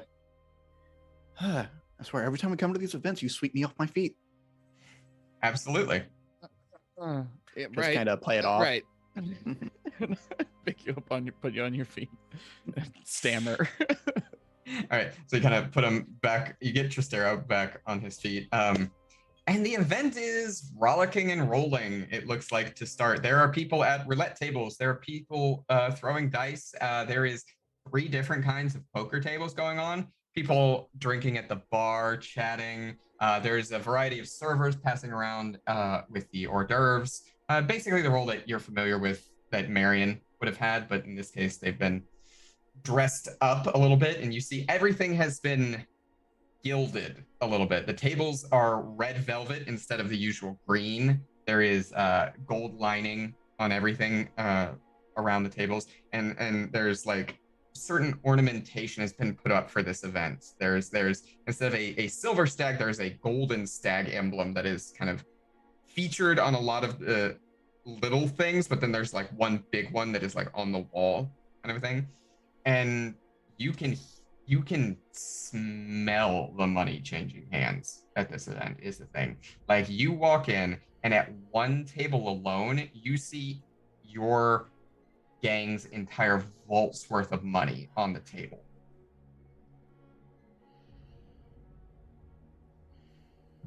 What would you like to do? Kill the money. Breathe it in. Grab it and run. That is Asher's constant struggle Oh, with yeah. being at these events. Oh, yeah. Constant struggle. We would have probably discussed who, like, we have it narrowed down to these 4 people. Mm-hmm. I think I would have pushed to try and target Andres, because that's who I personally suspect the most. Okay. So you're going to kind of go talk to Andres. Yeah. In the course of that, as I mentioned earlier, you got someone's attention. That was the devil's bargain. So as you're kind of wandering over there, my first question is, Tristaro, are you going with Mort, or are you going your own way? I'm gonna stick with Mort for a little while, just kind of walk the tables and look like I'm enjoying myself, and then, do the honorary 30 minutes, walk away. So as you kind of are making your way over to Mort, you're kind of like almost someone like puts themselves between you and where you're going, like makes their presence known. It is a young man in a bright red shirt with a gold tie. He's got some red and gold flowers that have been put in his hair. He's got a variety of bracelets. And he's like, "Oh, hello. I saw you the moment you walked in. I'm not familiar with seeing you at these parties, and I'm a frequenter. Is it your first time?" Yes. This is my first time at one of these events. It was a really, really flattering invitation. Yeah. Absolutely. Allow me to show you around. My name is Jules. Simon. And this is your husband? He's gesturing to Tristaro. You would know that Tristaro go with the cover engineering name of Dance, Danse. Well, this is Dance. Well, why don't you introduce yourself? I try not to speak for Of him. course, this is my partner and also my partner. We both. He is very skilled with his hands and creates a lot of interest and delicious treats, and is able to sell high quality goods for that. And I like to, spruce the place up, add some interior design, nice little flowers here and there. Delightful, wonderful, darlings. Please allow me to be your guide, your chauffeur, your lovely envoy to the space. Come to the Silver Stag's Gilded Night. Yes. Follow me. And he kind of starts leading you over to one of the tables. This is my favorite, absolutely favorite table. It indicates to the dealer. This is God damn it, I had a name and it absolutely flew out the window the second I went to say it. Mm-hmm. This is Brad. Brad is my favorite dealer. You treat me so well, don't you, Brad? Absolutely, Jules. You see Brad's just dealing cards to the table. Yes. I get such good hands. Such good hands from Brad. Still lose more than you win. Oh, hush up, you. Anyway, this you have to join us, please. And Jules kind of indicates the table, and you see around the table there are a variety of rich to well-to-do folks, people that are wearing nice suits, nice dresses, nice jewelry, well done makeup, well done hair, all the works. And for Tristaro, given your dossiers, you do know that one person who is at this table is Lylan Butris, one of the people from your dossier. But this is the best table. Now, we're not going to stay here, of course. We're not going to stay here because you got to keep in mind there's so much to see. Now, are you more a dice person? Are you just here for the drinks and the food? Please tell me all about you. Your first challenge here is whether or not you're going to go with Jules or you're going to try to get away. Goodness gracious. I think Mort honestly is just like very nervously like darting eyes back and forth to Tristaro and back at Jules. I think to answer your question, thank you so much first of all for offering to sort of show us around. Personally, I'm not I'm not a big gambler. I was excited at the opportunity to meet some more people, but I do love a good plate of food. I like sort of testing my palate. That's you're big for me. He loves to test new avenues of gourmet and delights and delicious treats. And he heard the Silver Stag has had some cooks who have heated up the kitchen, should I say. And he wants to see how they do. Maybe see if he has an opportunity to do some trade and maybe teach the cooks back there something himself. Oh, you're a darling, a dear, a sweetheart. Yes, please. Mm-hmm. No. If that's what you're interested in, please allow me to why don't we go to the bar? That's where they've got the best food laid out. It's more of a pick and select, and people can some of the servers will just kind of slide what you need, get you over there. And if you're interested, I don't know where Helene has gone. You know, she kind of flits around these events, keeps people on their toes with that delicious, delightful little piece of arm candy she's picked up recently. So you'll probably run into her at some point. But if you're interested in the food, dear, the food, I can give you something very scrumptious to eat right over here. And he kind of directs you towards the bar. It directs you over to where people, and here at the bar, this is not only more up your field, as you can see the baked goods and the food here, Mort, but down the side of the bar, you can also see Andres, who is the person that you were looking for, who seems to be deep in conversation with another notable businesswoman. One that you're probably on the list of names somewhere, but not one that you're overly familiar with. Asher, you have been on Helene's arm up to this point, doing the grand entrance and all that kinds of things. Oh, yeah. Helene bends down and gives you a quick kiss on the cheek and is like, I'm not going to keep you, darling.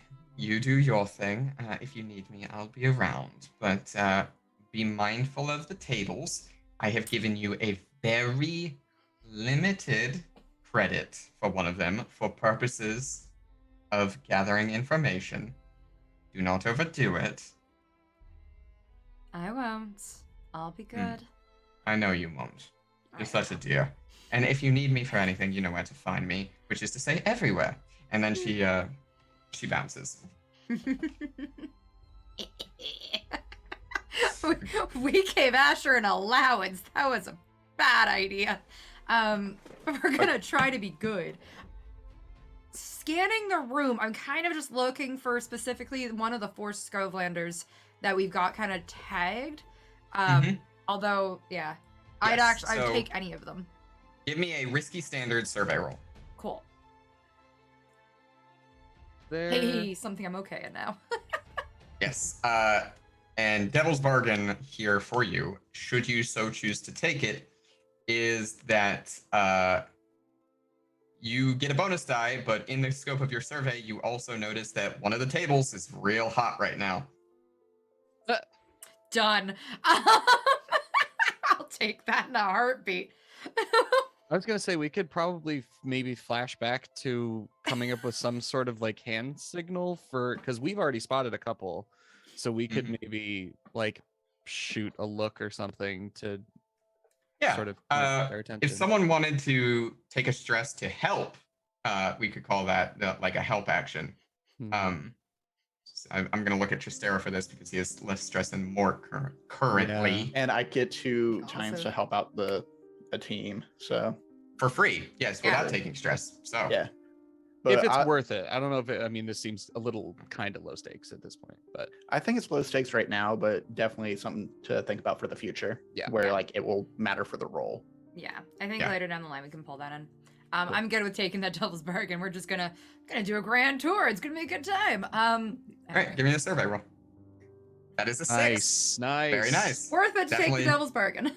Worth it to take the devil's bargain, given that the others were a 1 and a 2. Yeah, so it's a 6. Here's what you're able to quickly see. Yes, one, there is that table over there that's hotter than hell. Like, you can see the dice rolling and people coming up good. But you also notice, as said, Lyland is at a card table. Appears to be playing a game of blackjack. Andres is over at the bar, where you do also notice Mort and Tristaro have at least landed for now. Mhm. As for Tristan, Tristan appears to have meandered his way to some kind of more private card game, one without a dealer, one that's just seems to be him laughing and smoking with a couple of other business people while tossing cards around, and a lot of cash. And then Doyle, you see, Doyle is a little more recognizable because he's a little bit more of a nervous man compared to the rest. He's kind of anxiously sweating his way through a roulette game. Okay. Well, order of operations. We're sitting at the hot table for like just like a hot second. We're just gonna go keep a seat warm for like 30 seconds. Yeah. Before we go visit probably either Doyle or Leland. Just because if I see the boys over with Andres, I'm gonna assume that they've got that one. And Tristan is, I don't want to deal with you until the end at this point. We need to have a better night. Sure. Why don't you give me a 2-die fortune roll just Okay. for the gambling? Sounds good. I'm going to be keeping track of something here throughout the no. night, depending on when you where you're at. Right. Okay, 2 dice fortune roll. Yep. While they're rolling. Oh, well, never mind. 5 and 2. 5 and 2. All right. So log that up. All right. What were you going to do, Tristaro? I was gonna just double check. Andres also sells like different food, like He's a grocer. yeah, grocer. Okay, cool. Importer, exporter, grocer. That's what I wanted to check on before I went to talk to him. Oh, Yeah. that's even better Okay. for you guys. Yeah. So you play the table for a hot minute and then make your way over to, what was your next order of operations? Doyle? Or... Let's go Doyle first. Let's pick Okay. on the nervous boy because that's kind of fun for a minute here. Yeah. He's That's your already specialty. like that. So here's what I can tell you about Doyle on your initial approach. Smaller, squirrelier kind of man. Dressed similar to Archie, I guess I would say, in a lot of his mannerisms, though a little more fine clothing. Like it's the same style but a finer make. Okay. And his glasses that he's wearing that are like the pince-nez without the ear holes that just sit at the end of his and seem to perfectly fit him right at the end. And he's kind of like, he's nervous.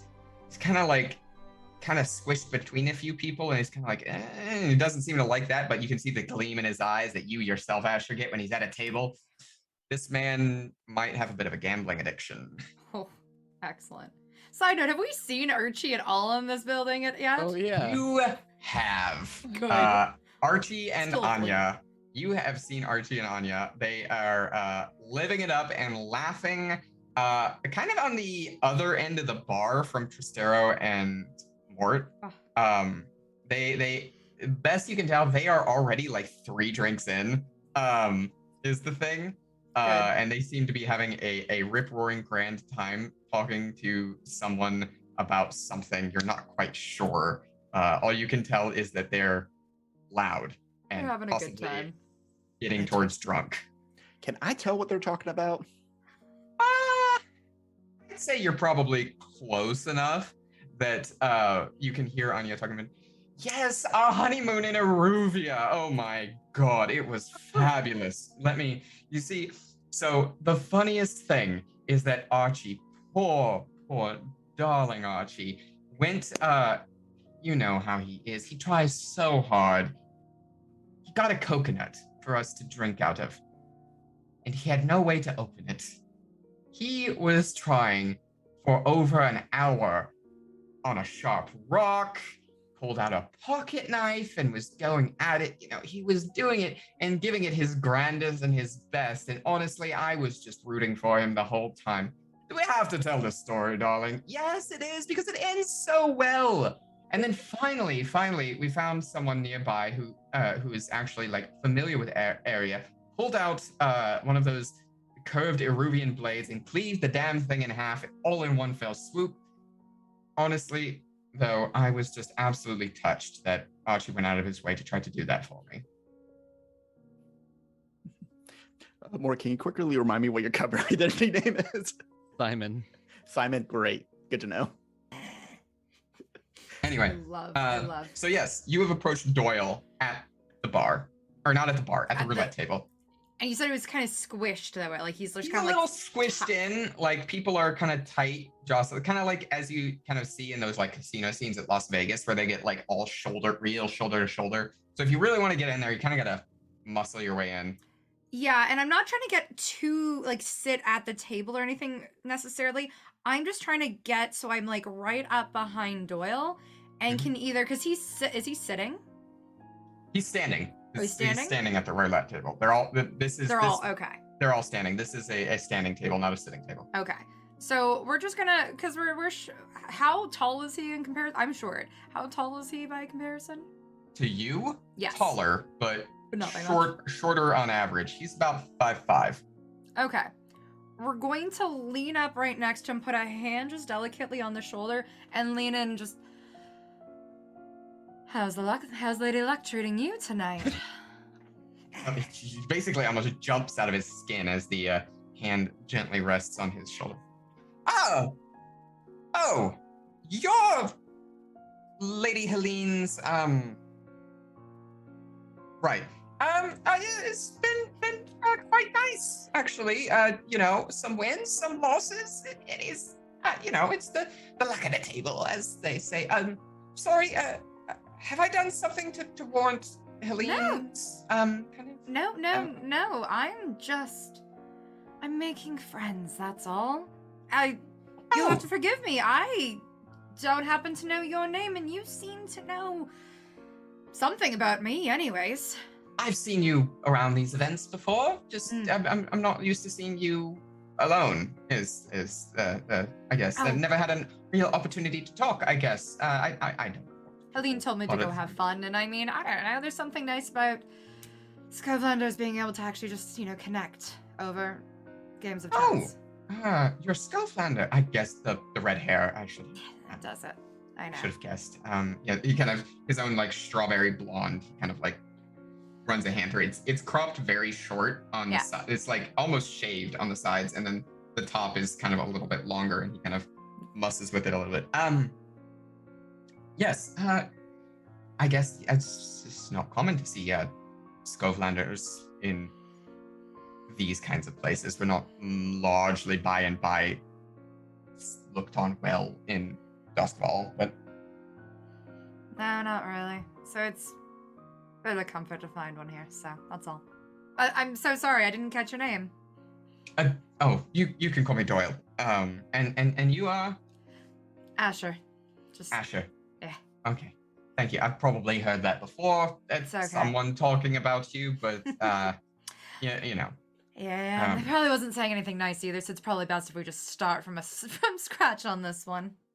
Oh, I wouldn't say that. You've been the notably longest piece of Helene's arm candy that's been around for a while. Oh, that's promising for me. How long have you been at these tables, coming by? Oh, few years now. I actually used to work here when I was first starting out. Yes, I was a bartender when I first came over from Skovland. I got this as a really good opportunity through someone I knew that also worked here. But eventually I was able to use it. It gave me enough time to build up some of my connections back to the homeland to start importing some kind of, well, I don't want to say I'm exploiting our history, but there is something of Doskval fascination with the exoticism of things from Skovland and Eruvia, and bringing in some traditional Skovland woodworking like I did. It got Really? Yes, it got some attention and it gave me enough funds to start pulling on other things, and it kind of spiraled from there. So now I just bring in furniture, mostly furniture, but like other things from time to time, and I sell them. Any other fun things? I might have to actually pick your brain on the furniture piece. I'm always dreadfully missing things from home, so some sort of reminder might be really good at some point. But what else do you? Yeah, and I'm gonna need a sway roll from you in an attempt to lower his guard. That sounds good. Devil's bargain. What's on the table? Devil's bargain on the table. He thinks you're flirting with him. Perfect. I love that one always. It'll cause problems later, but that's okay. Future Asher problem. It's Jeff all over again. Sorry, Jeff. Asher For anyone who missed our first episode, Jeff was a prison guard who died. We can't talk about Jeff. We can't talk about Jeff. Can't talk about Jeff. Please don't let Doyle die. Listen, I'm already sus of this man because he used to be staff here. I am. Anyways, okay, taking that, running with it. Yes. 5. So I would say with a 5, his guard definitely lowers. Your consequence here, though, the consequence here that you have to resist is I have a special clock that I've started just for you, Asher. Okay. I call it the distraction clock. The distraction clock meaning that it is you lose focus and you give into your gambling urges, okay. your vice, as it that were. Makes sense. And if that clock fills up, you are effectively not out for the job, but anything you do will be done with, like, instead of standard, it'll be at less effect. Yeah. You do everything. It's like taking a level of harm. You'll do everything at a lesser effect. So your consequence here is I take a die in that. Take a slot into that clock. You can resist that consequence. It would be a resolve roll, unsurprisingly. So my brain's like, how much stress can I take? Let's... I don't know how many... Okay, no, let's... we're gonna resist this.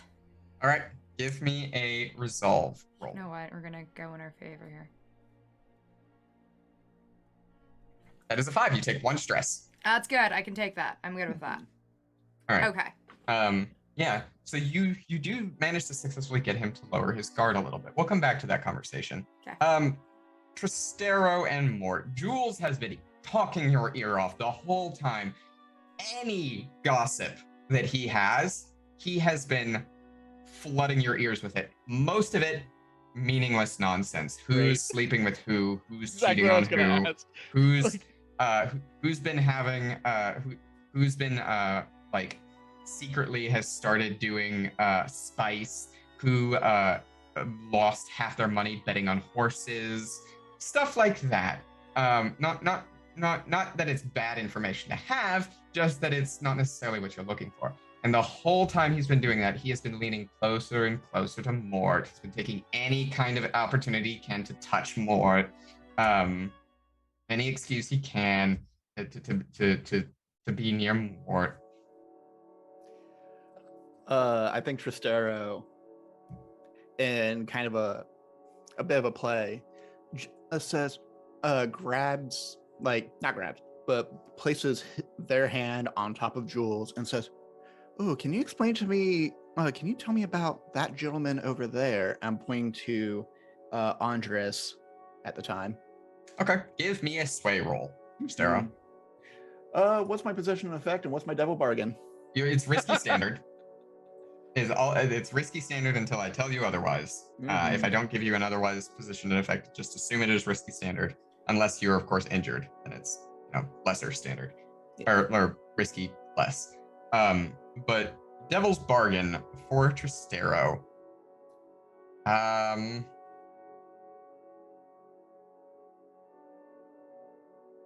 Ooh.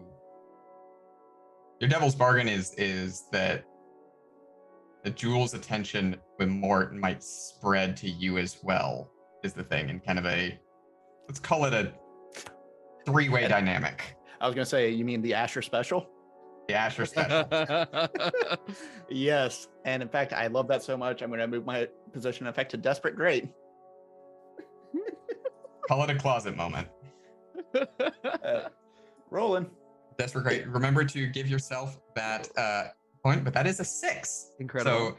So, Jules is like, oh, as your hand kind of gently caresses over his on top of Mort's firm pectoral muscle. That, gentlemen, is Andres Takerin. Actually, someone of notable interest possibly to you, Simon, darling, says, directing attention up to you, Mort. An importer of foods and groceries and spices from Eruvia and Stoveland and occasionally even Taikarosi, but I think he specializes in Eruvian stuff. Mm-hmm. He is a character, to say the least. As you've noticed, he's not playing at any of the tables right now. That is because he is a recovering addict. He is doing quite well with it, though. However, he's been able to stay off the tables and the like. He's been better about his money and the things, but he's really the one that I worried about him for a little bit. There were some rumors going around that he lost a lot of money before he started to try to kick his habit at a backroom kind of closed event, like the kind of high stakes backroom event where people are not just betting money, but there's like house keys are thrown in the like, and even for the particularly wealthy and the poor servant dear. contracts. It's quite upsetting. Mm-hmm. I heard he lost a lot, but he looks like he's doing well. Absolutely. Yes. I would definitely be interested in introducing myself. It seems like we're sort of in definitely the same industry. And I don't know, maybe we could, I don't know, my dear, maybe we could offer him some help. Please allow me to make the introductions. Please. I wouldn't go so far as to say he's a close friend or anything, but we have a rapport. We know each other. Well, I don't know if that's necessary. Dance, how do you feel introducing yourself? Well, dear, I think that would be quite the wonder for you. You have your own field of expertise. He's got his field of expertise. I'm sure come together, y'all could come up with a very profitable venture. I feel the same. Well, sure, we'll take an introduction. Why not? Thank you. Go on ahead. I'm gonna grab me one more drink, and I want to talk to the bartender after they walk away. Okay. So Jules is gonna take you, Mort, over to see Andres. And he gets you over to Andres. And it's like, Andres, darling, how have you been? Kind of a thing. And he's like, and Andres is like, he's kind. He kind of does it. He takes it and he kind of does a light kind of thing, but he's kind of more reserved. Jules, it's been a while. I have a delightful individual who I think you will hit it off with and direct. This is Simon. Simon, you specialize in what was it? Baked goods or sort of baking supplies of all kinds. Yes, baking supplies. And I thought to myself, who do I know that knows foods and things like that? And I immediately thought of you, Andres. Of course, it had to be you. So Simon, this is Andres Takeren. He brings in only the best fruits and vegetables, and his spices are to die for. Please, I think. Aren't you also, Andres? You're interested in starting a restaurant venture soon, aren't you? I'm looking into getting it off the ground. You said your baking supplies, like. That's correct. That's correct. Maybe we can talk a little bit. Yeah. Tell me a little bit about the kind of stuff you bring in. You might quality of your goods and like the prices and things like that. And maybe we can work something out. And he's kind of gestures to the seat across from you. And we'll come back to you in a second, Mort, because we're gonna pop over to Tristaro. As Tristaro, you pick up a drink and lean across to the bartender. Yeah. I'm gonna say, just kind of make some idle chit chat. Just say, how is the gig working here? How do you like the bar service? You know, good training, good boss. Give me a sway roll. Yeah.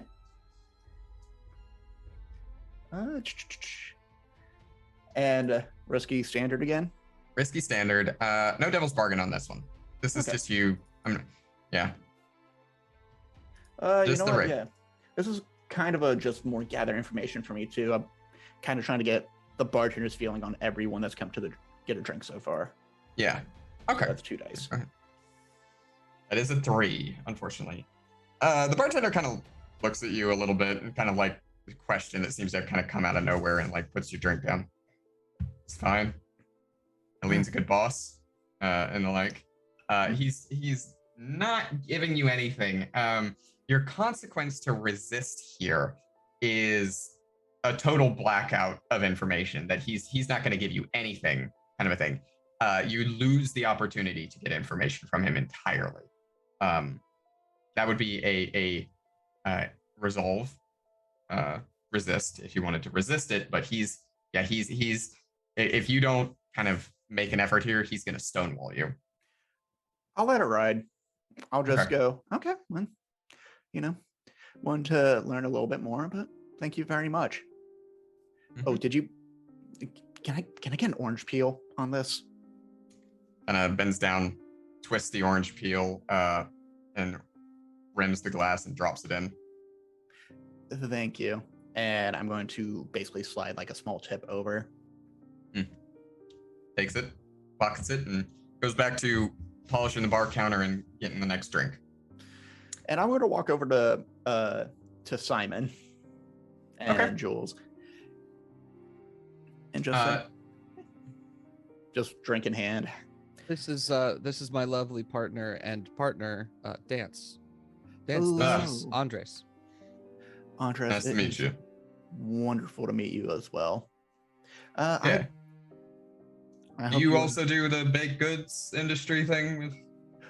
Well, the joke we have among ourselves is he deals with the flour, I deal with the flowers. Decoration and the like. Mm-hmm. Okay. Makes sense. Yeah. Well, because I'm working on a little venture side project, getting a restaurant off the ground. We were talking kind of back and forth goods and the like. But you know, I've really got decor kind of handled at this point. So at least for what I'm going with, I'm sure you've got great expertise, but of course. Well, if you're trying to get a restaurant open, if you have any interest in getting into the baking side of things for that restaurant, I know that can be, the margins on it are very good from what I've found. I don't know how your margins are with fruits and vegetables. To my knowledge, that's not usually spectacular. It's but very impressive that you've been able to get enough liquid to start looking at your own restaurant venture. That can be very pricey. Fruits have been a bit hit or miss lately. Fruits, vegetables, a bit more stable. Problem with the fruits industry is actually lost a shipment recently. Not that it like got lost at sea or anything. It's just that someone let a little bit of rot get in and it spread like wildfire. Ooh. So kind of lost probably 80% of that shipment. So don't get me wrong. I sent I took the person who sold it to me to task. But we took a loss there, unsurprisingly. So we're still dealing with that. But it's fine. You get other avenues of revenue. It's not all like spices and herbs. Those are stable. They're shelf stable. They last for a long time. So transport on them is not an issue. And that's honestly where the majority of business comes from there. Nobles, merchants, people out at White Crown, and a little bit in Brightstone, they love to spice it up a little bit. They love that feeling that they're getting something outside the norm of the usual Duskfall gruel. Not to speak badly on Duskfall food. Don't get me wrong. There's great place for. You can say it. You can only have potatoes in your pie for so much for so long. You get sick of potatoes and beans, corn, and lard, and goat and tea. meat. You know, you gotta have something a little fresher than that. Mm-hmm. You know. No, I'm sorry to. I don't want to pry. Tell me if I'm overstepping my bounds, but it seems very fascinating. I want to pick your brain, especially since we're just getting started and we're trying to keep our highest quality goods going and moving as much as possible, which is kind of obviously we're taking a hit on our margin there. But you're talking about how you're making most of your money off of spices and that being stable, but that's even the raw product that you're getting there is pretty expensive to my knowledge also, right? How are you keeping your margins to be able to open new business ventures? Mort, give me a sway roll. Okay. Tristaro, you can take a stress to help if you want. Yeah, I'll use one of my foresight to actually wait. Let me double check the foresight ability. You get 2 free ones, right? Yeah. 2 times per score, you can assist a teammate without paying stress. Yeah. Basically how I think a part of it is like saying, okay, if we really think it's this grocer, your baked goods. I think it's more, actually, I have a better idea. It is Simon talking, and if John is comfortable with this, it is Tristaro reaching up, grabbing the shoulder and just like rubbing and just like looking at him longingly, because if they're playing the part of partner, Dance has heard Simon say this a lot and loves when he gets into this mode of thinking. It's the shedding away of that nervousness and that competence that he shows. Yeah. So give me a bonus die on that roll, Okay. Mort. I will need it. Your devil's bargain here. Your devil's bargain here, I think, is that your devil's bargain is, I was going to have Jules walk away, but your devil's bargain is Jules stays. I will absolutely take that. That's good with me. So is that 2 bonus dice? You have 2 bonus dice. Spectacular. That puts so you me have like 2 dice. A normal-ish roll. Okay. I believe you, Mort. As a 5. Okay. All right. So that is a success, but there is a consequence. Your consequence. I am absolutely talking a talk that I cannot walk. You're talking talk that you cannot walk. We know that. Your consequence here is that you are getting to the point in the business talks where you can see him. He's starting to really eye you up. And I would say the consequence that you have to resist is that, i.e. misdirect, is he's going to start asking to look at your business records and your ledger so you can start working out plans for how to do that. You can resist that by redirecting the conversation back to his business and his plans if you want to resist that. But the consequence here is that he's actually going to want to be like investing. Right. In the thing. Well, it's wild that he would expect us to bring that to a party, but also I'm looking at documents as a flashback. Okay. So, right. Okay. So that would be a resolve resist from you, Mort, if you wanted to resist it. Otherwise, he's going to start asking those questions and you're going to have to respond to it. I don't think it's worth it to try and resist with resolve. Could I step in and resist it for him? Just kind of. Nope. No. Okay. Nope. No, I think I can. I feel like I can handle it. That's Yeah. I'm good. Yeah, so we, Duskfall is Duskfall. Sometimes you gotta work on the shadier side of things in the sense of like you gotta make sure that the right people are moving your stuff. So I'm not afraid to say that we've worked with some people who are willing to cut costs and transport, let's say. People are willing to get it done, kind of a thing. You take risks with that kind of a people, but like helps keep the margins in line. But yeah, let's talk this because I like your style. I like your business. I like where your head's at. Let me see. He kind of pulls out a sheet of paper and he kind of flattens out. This is kind of our transactions for the month. You got anything on you that'll keep us in line? Maybe we can do some lineups, start talking kind of dates and times, kind of a thing. Well, so we're only just getting started out. We've had some good luck with a couple decent contracts, but to be honest with you, I don't know that you would be that interested in well, I don't want to speak for you, but we really don't have much of a year in roundup of numbers to I wouldn't feel comfortable throwing numbers out at you knowing that we don't have much of a track record yet since we are so fresh in business. I don't want to mislead you by saying how well Honest. we're doing. I respect that. Right. I respect the honesty. We don't have the consistency. Records. We haven't been around long enough to have the consistency to show you. Right. It's kind of your new money kind of a thing. Exactly. Well, I haven't been one to step away from a risk here or there in the past. Is the Andres darling, Jules is like, Andres darling, mitigate your risks. Don't go too far. They're lovely. Don't get me wrong, they're lovely. And like Jules' hands are like on both of you, like shoulder to shoulder and shoulder. Like they're delightful. However, good company and business sometimes need to be kept separate, darling. And you need to make sure that you keep your ducks in a row. Okay? That's fair. It's fair. All right.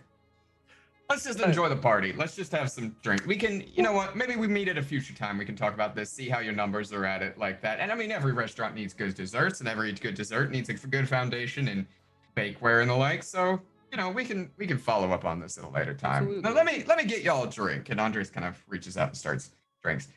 Asher, you are still at the table with Doyle. He is definitely leaned in more. He's definitely opened himself up. He's kind of a rabidly talking at this point. Like he just keeps going. He's a nervous talker and it's spilling over. I started with a lot of conversation around like Scotland furniture. I might want to like get something. Remind me of home. What else are you? You don't keep in touch with any of the staff here at this point, do you? I mean, how long ago was it that you worked here? A couple of years. Like I said, I've been in the antiques business and around here as a patron for a couple of years. Haven't worked here in maybe a decade or so. Okay. So you don't know any of the current team or anything like that at this point, right? Probably not. I don't imagine that I do. Maybe some of the cooks. Cooks tend to stick around longer than anything. But do you happen to know Arlen? I do know Arlen. Yes, he was a fresh cook when I was working here. He'd only really just started. He was an under chef at the time. I remember. I don't know what he's doing now, but he was great. I loved working with him. Makes my favorite cookies, I'll be honest. That's what I always... I remember different people who work here based on just my favorite thing that I end up getting from them, Just the bartenders, whoever makes my favorite drink and all of that. So it's always the way it goes. The Asher is meanwhile like panicking internally for the record. Yeah. Really? Like I didn't know Arlen that long, mind you. He started and about 3 months after he started, I jumped ship to start my own business, so. Of course. clearly your business is doing well if you're here at this party tonight too. So I mean. Oh, as I said, yes, the import antiques. It's kind of that thing of like it's a competitive business, but it's marketing and it's brushing shoulders with people like here, yourself, and the various other affluent individuals because they're the ones that seek the rich goods. So I consider it a good year if I sell 10 to 15 products is the thing. They're very expensive products. They really are. You don't happen to keep like a showroom or anything like that.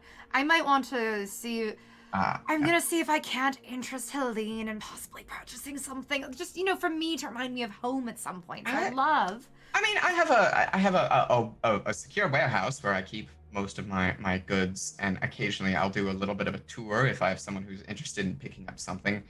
But not a showroom per se. That's not how the antiques business works. That's fair. We're not a how do I say? We're not a bargain bin kind of shop on the side. No, we're specific antiques, and if necessary, if you're looking for something specific, we can of course contract out, see if we can find something. Of course. Things of that nature. I mean, what kind of things do you contract out for? Just.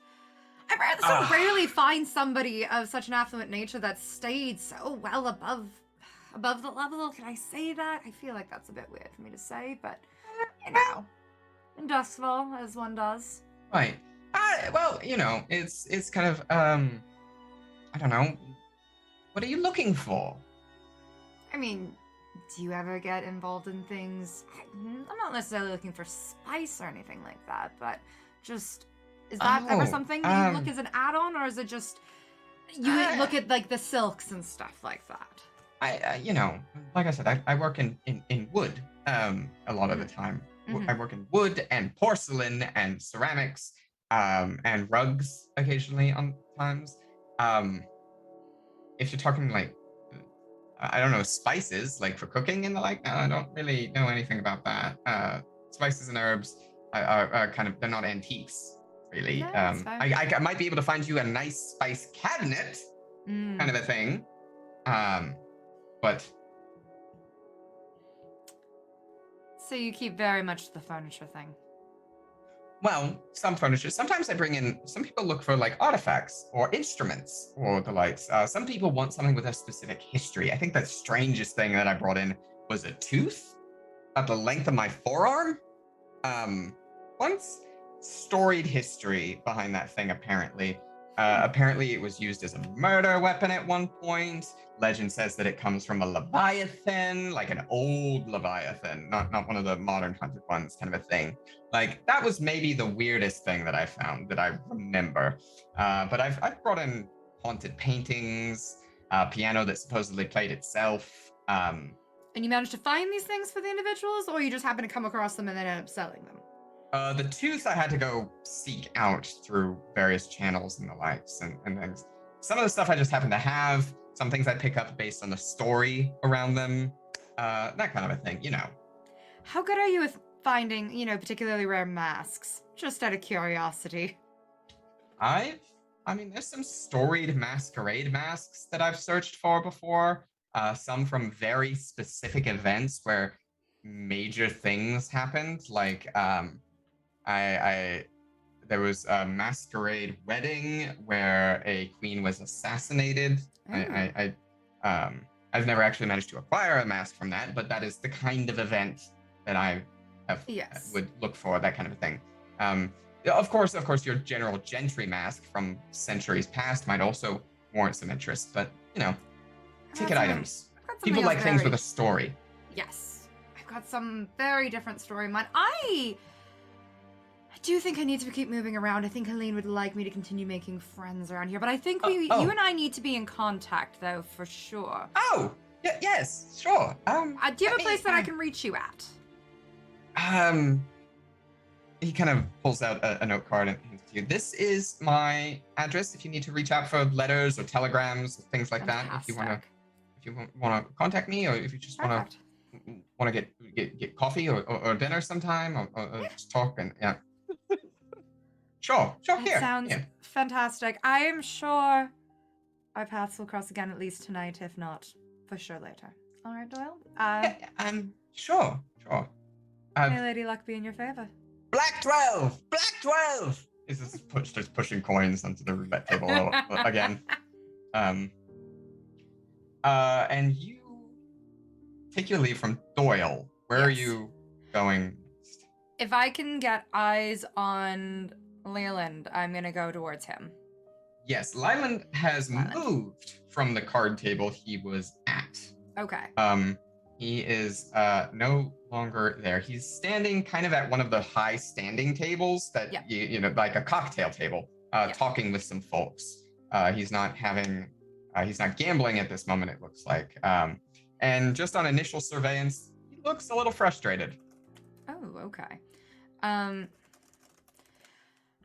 Asher's going to head towards him and just... Do I recognize anybody, other people that he's talking to at all? Probably not. Okay. Well, I just kind of see if I can find a break in the conversation and then join in. Is everything going all right with all of you? I just get worried when people aren't spending money at tables, you know. Leland kind of shrugs. Well, how do I say? Lost a lot of coin there a second ago on a shit hand. It's the worst when that happens, isn't it? Yeah, it's frustrating to say the least. Ain't happy about it. Why? Do you feel as though something out of your control happened? It was. Don't get me wrong, it was a fair hand. I ain't got nothing to say on that. I know Helene runs a clean table in her joint. That's not what I'm just pissed about it. So, you know, I had 3 of a kind coming up. 3 of a kind. Hard to beat that hand. How am I supposed to know dealer's gonna come up with that goddamn flush? It's just the worst.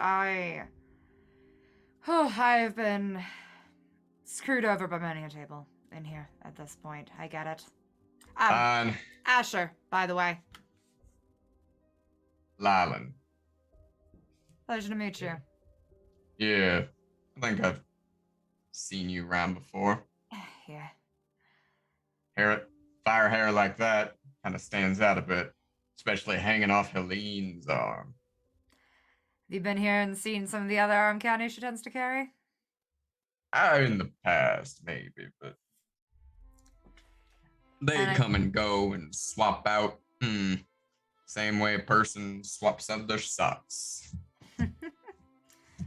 I'm not surprised. But I guess she doesn't take much to Scovelanders regularly, does she? Wouldn't say she's got a bias or anything like that. No, Helene's good sort. She don't care nothing about that kind of thing, but, well, I think she's got a weakness. Oh?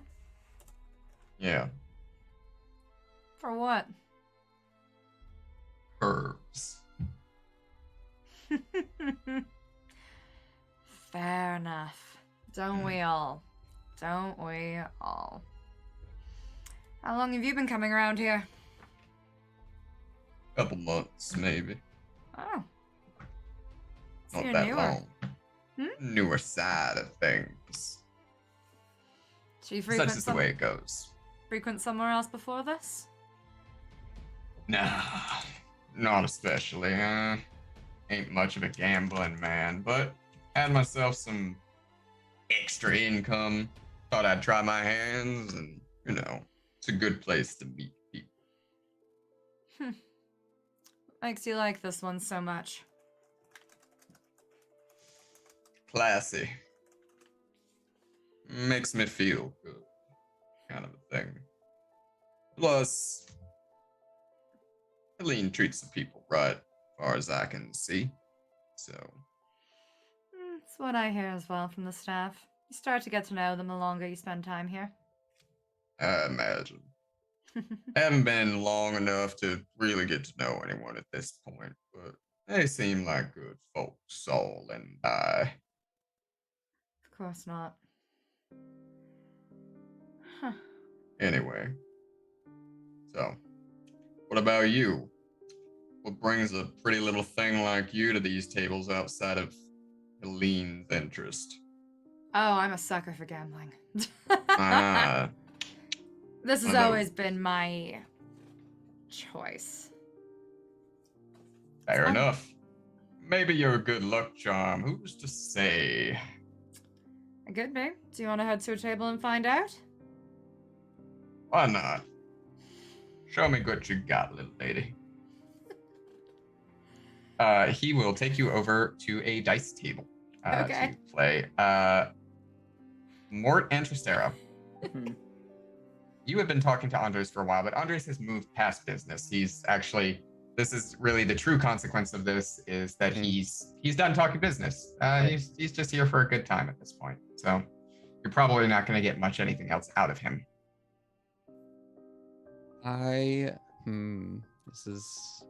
This could be a sticky plan, but the only thing I can think to do, Start a fight.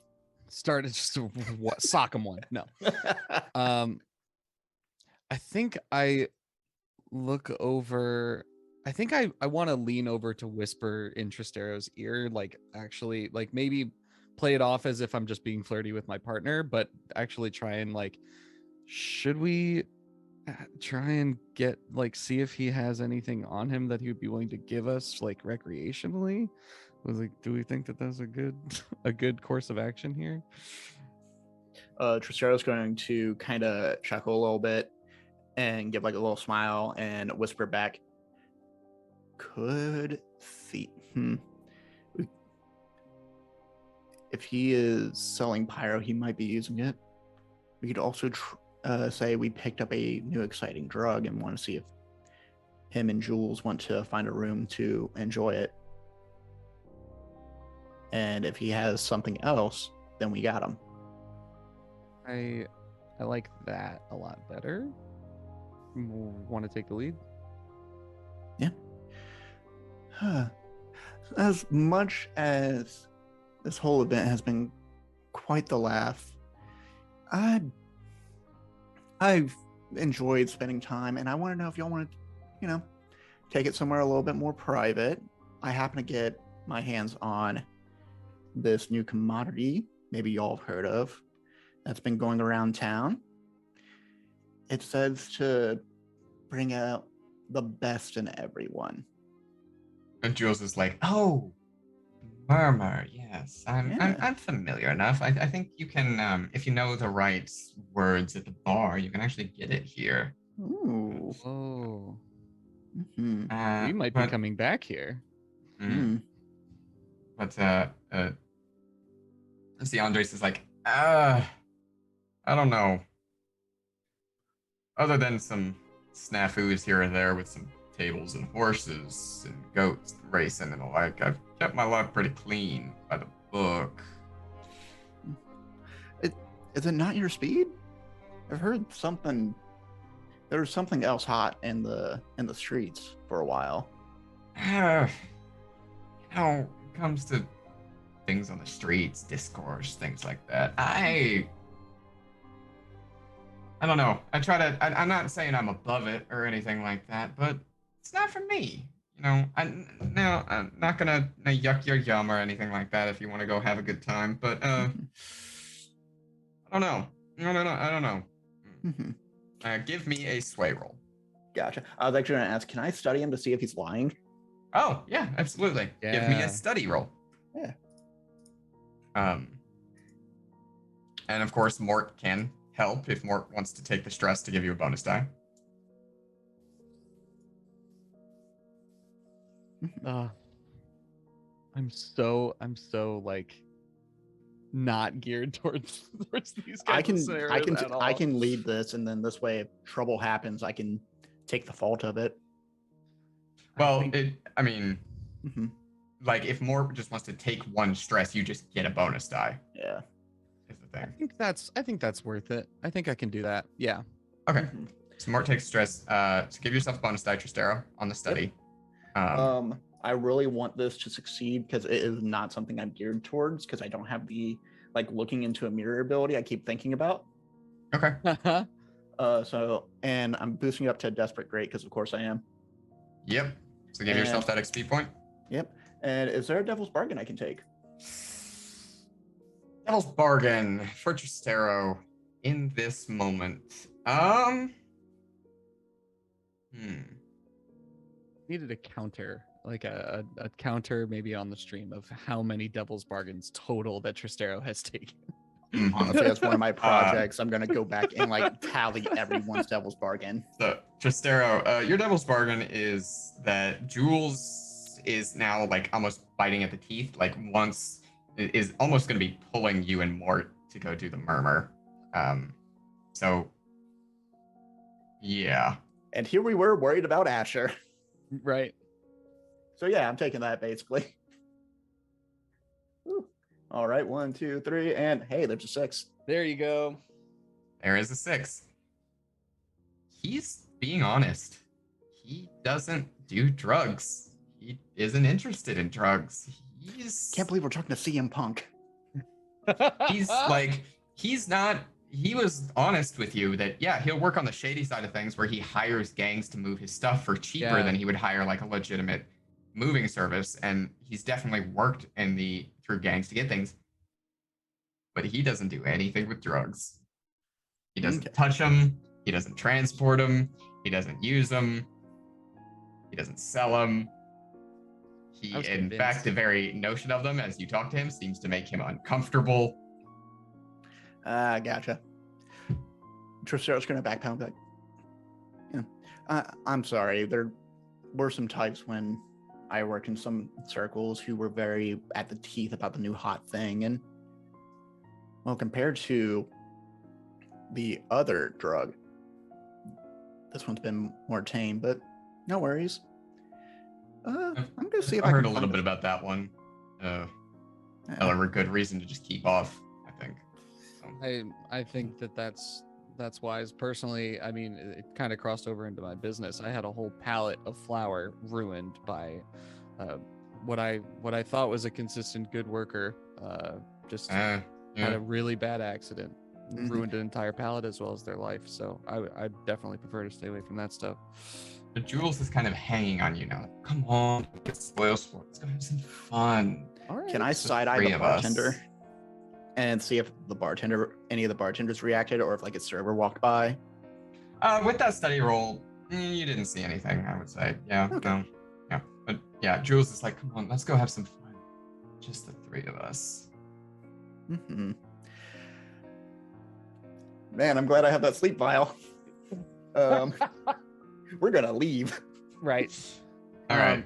Well, Andres, it was really, really great getting to meet you. And we'll be in touch. Absolutely. Thank you so much for the tips and tricks of the trade. That I think we're gonna take a look at our just general processing and see if we can streamline some things. Absolutely. Oh, do you have a business card we can take with us just so we can reach out to you in the future? Sure. Absolutely. Never hurts. That's what these events are about. Networking. And yeah, as we walk away, I'm going to ask Jules if he knows any good place to go to. And as we're walking, I'm going to be looking at servers and people who have symptoms of pyro in their eye. Okay. You haven't seen any servers or anything with symptoms of pyro. Helene cleaned house. She fucking cleaned house. But Jules is yes, this way, and takes you to one of the kind of does a sidelong ooh, we're not supposed to be doing this kind of a thing, and pulls you into one of the back rooms for private events, single tables, when people rent out for just private gambling kind of a thing. Oh, I'm so excited. Have you done this before? You know that your way around this place really well. I've been coming here for years, and you find delicious people like yourselves, the occasional back room private party. Doesn't hurt. So, you know. Mm-hmm. I'll say. Oh, well. Let's go ahead and actually. Ooh. Do you know any delightful rumors about this place? Anything that's popped up recently? Around here? Oh. I know that a lot of staff got fired recently. Something happened. Some nasty event. Can't tell you what or why, but Helene had to clean house, as they say, a little bit. Could not tell you. But, you know, which is so strange. Helene and her staff are so good to each other. Like, I can't even imagine what possibly happened to cause something like that. From what I've heard, it's a pretty clean reputation that she has in this whole place and the staff as well. And it's you hate to hear about people losing their jobs. That's not great. Right. Yeah. Anyway, come on. All right. He's pulled you into this back room, and he's basically like seductively laid himself out on the table, like waiting. There's two ways we can go about this. Either we give Jules some murmur, or we switch out the murmur for sleep essence, and we just say, hey, this person had too much drink, let's go. Dump them on the surface and leave. How do you want to play this, John? I am going to look at Dance and going to say, we definitely need something to kick us up a notch. I'm getting a little sleepy. And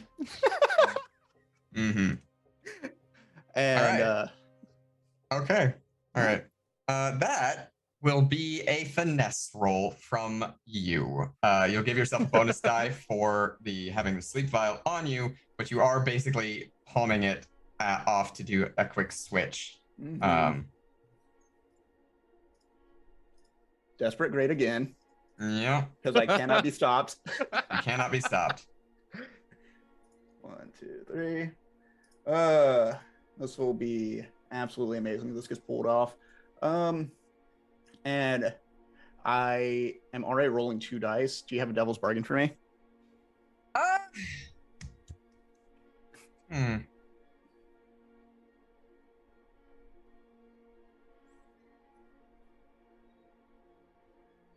No, I think the consequences of your actions here are enough, because it's like Jules is going to remember this.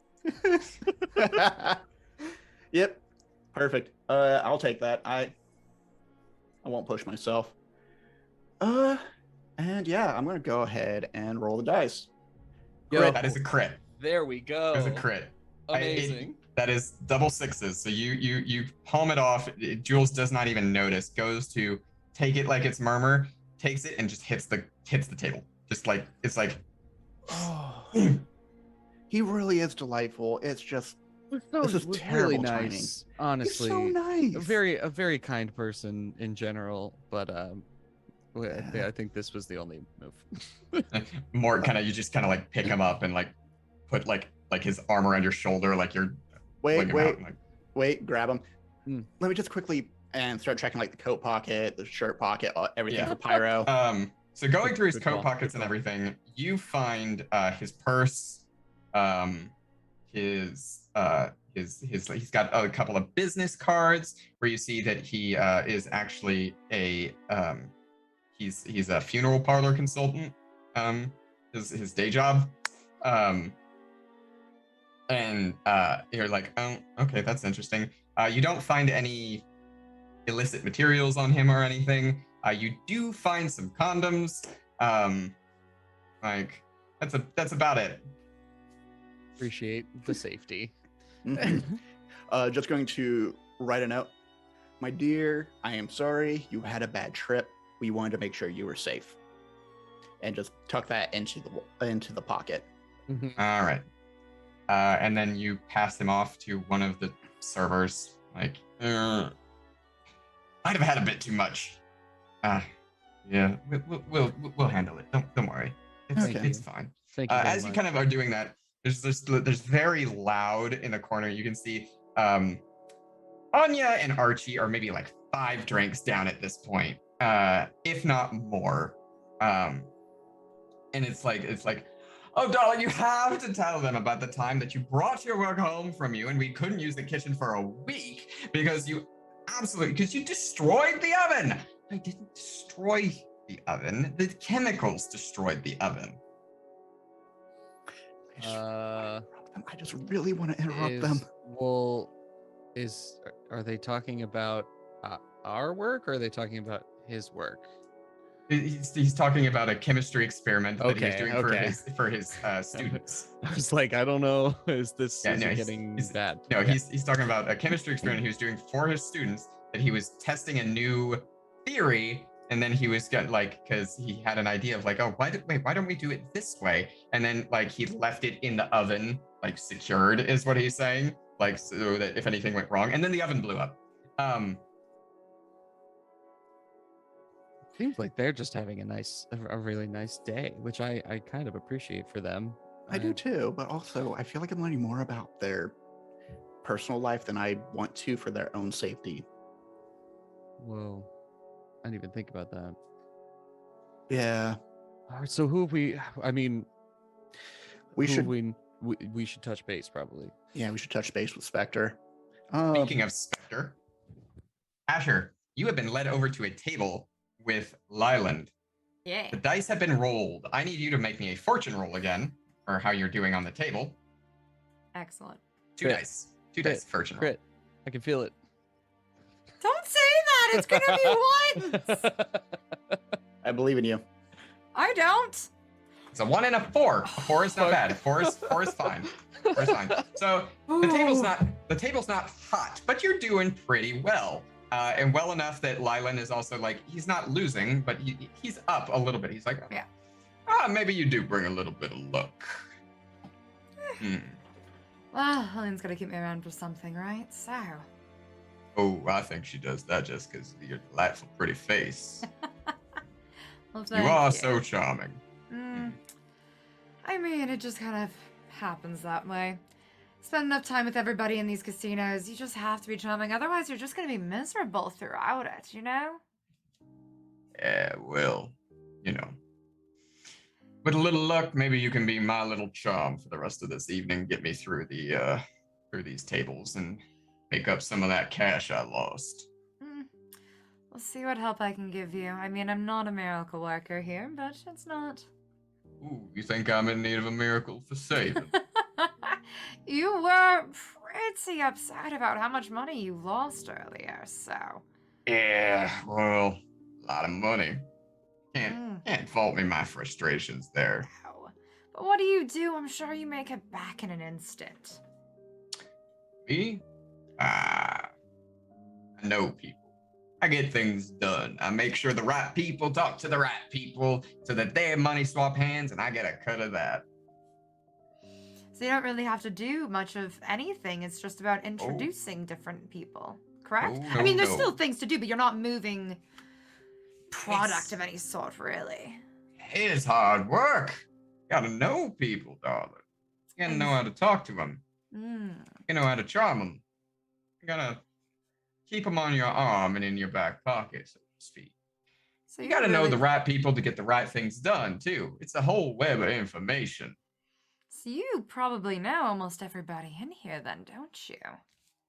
Almost. Save maybe kind of looks out dozen or so. They've only been coming for last few events. They're pretty new.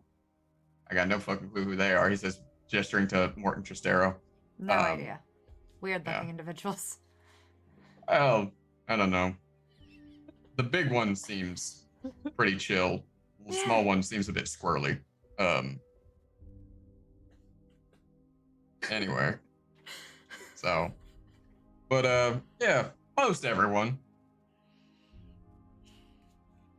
But you don't seem to know the staff yet, you said. I haven't been coming here that long to meet the staff. I've seen maybe a couple of the same faces here or there, but gotta be honest, some of the staff that's in here is a bit newer. Noticed that as well. I think they had to do I think they had to clean up some of the crew for a bit there. Very unfortunate circumstances. Happens, I suppose. The nice thing about largely working on my own. Don't have to rely on nobody but me. Now, that said, it does mean that the clients get a bit more unpredictable because the nature of the business changes constantly. You can't just do the same thing day in and day out. That's why I like it, though. Keeps it fresh. Funny how you called me the one that's the charmer here, and yet you are the one that seems to be in the hot seat for that role.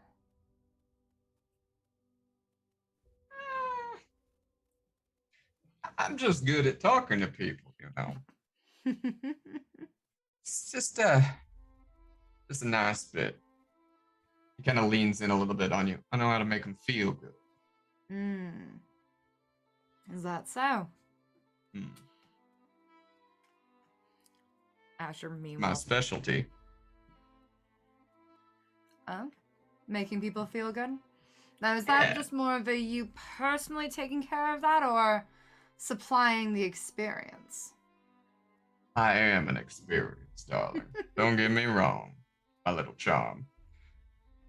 Sometimes, depending on the right person, yeah, I can supply it myself. Kind of looks you up and down. Now, on the other hand, some people ain't after that kind of thing. Some people just live for thrills. Some people like it hot. You don't say. Joyriding, getting out, keeping people safe when they want to experience kind of this darker side of town, going to, back rooms, or go to places that are sketchy. They want to feel a little bit on the risk, but I make sure they stay safe while they do it, kind of a thing. Rich people and the like, they like to feel in control.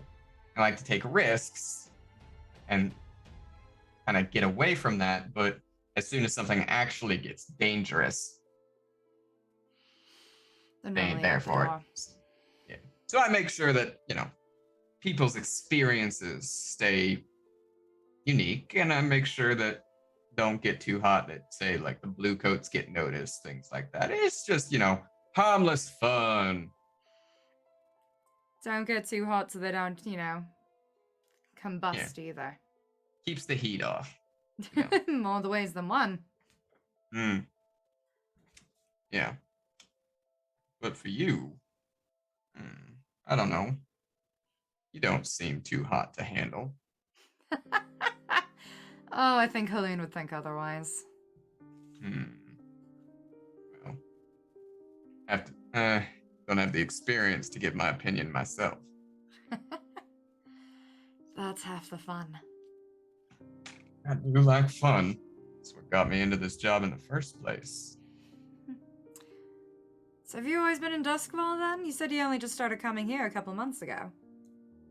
Somebody like you, well connected, I wasn't surprised it took you this long to end up here. Born and raised in Scotland is how it goes, War, good for some, bad for others, kind of a thing. I'm not going to say I agree with what my daddy did, but my daddy was providing weapons.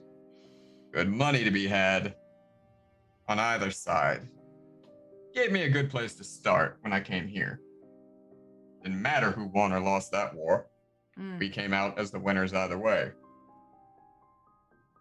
Still winning if you're selling. No, that makes sense. Alright, well, let's see if I can't act as a charm for you for just a little longer, and then in fear I will need to make my rounds a little bit more. Unfortunately, it's the idea of spreading the luck, so to speak. Well, people are here to have a good time. But, come on back sometime round, don't you know? Of course. Mort and Tristaro, as Asher is kind of taking her leave from the table, you are able, I think, because you wanted to touch base. Yeah. Quick question. The person that died, their name was Arlen? Arlen. Was Arlen a Skovelander refugee at all? Was Arlen a Skovelander refugee? That is a fantastic question that you don't know the answer to unless you wanted to do some kind of a flashback? Or I you would wanted love to ask do someone? a flashback. Okay. What's the flashback? I think it's it's shortly after the meeting with Jira, hearing about Lyland Butchers and asking Helene, how many of your employees are come in through a recommendation with Skovelander blood? And have any of them told you that they were once refugees or anything like that? Some of them, darling. Some of them are, of course, refugees. It's just the nature of coming from a war-torn country, especially after being on the losing side of it. Is what it is. So yes, I'm pretty sure some of our people are refugees. We definitely have Skovlanders who work here and don't discriminate. Who worked closest with Arlen? Well, Arlen was Skovelander, but I don't know if he was a refugee or anything. Yeah. I don't know. All the staff are close at one level or another. I can't say that I know any of their intricacies and intimacies. I try to keep myself at least somewhat distant from the idea of which of my staff members are fucking each other. Let me go talk to some of your staff, specifically those who worked in the kitchen. And if I really need to, I might backtrack to the individual Asher talked to. Okay. Yeah. So talking to a variety of them, you're able to pick up. There's a handful of refugees in there. I think that with this flashback, and that I'm not going to make you do a roll or anything, but you are able to I'm going to make you take 2 stress for this flashback. But you are able to get that no one knows if he was a refugee or not. If he he came to this country right as the war came to an end. So he would have been one of the first waves. But he was definitely Skovelander. And there are Skovelander refugees, though newer, who work there. So you're not sure. I'm going to, before the job starts, remind people about that and mention it offhandedly, and then come back to the present where we catch up with Spectre. I am two down. 2 of them don't seem like they have anything to do with it. Even one that I just kind of suspected. How are you doing, Asher? Side note, we probably pulled like one of those private rooms to have this conversation. So yeah, the sake sounds of it. Good. Same room where Jules was just knocked unconscious. Yeah, pretty much. We're talking over Jules, yeah. Asher, meet our new friend, Jules. So what happened to this one again? What, you did what? Fell asleep. Tristaro starts using Jules' arm as a gesturing piece. Oh my god. That's fucked up. So I started talking to Doyle. Doyle seems sort of sus, but for various different reasons. I used to work here at the Silver Stag. Knew Arlen just as they started, but they haven't been here for necessarily 10 years, and that's the problem. So the possible connection there, but I don't really know. The problem is he's very twitchy, I would say. And so just generally very nervous and doesn't seem to pick up on the idea of drugs, period. So, and then I talked with Leland, who just, I don't know, gives me weird vibes, I suppose. Just connects people, but it sounds like even when he connects them with drugs, he tries to make sure that they don't turn up dead. So, but he's only been coming to the Silver Stag for the last couple months, which could also track with timing, because he could be new and deciding to just be playing the nice guy for me the whole charm bit. The fact that there's any involvement in drugs makes it, I mean, that you're doing better with this lead than we are.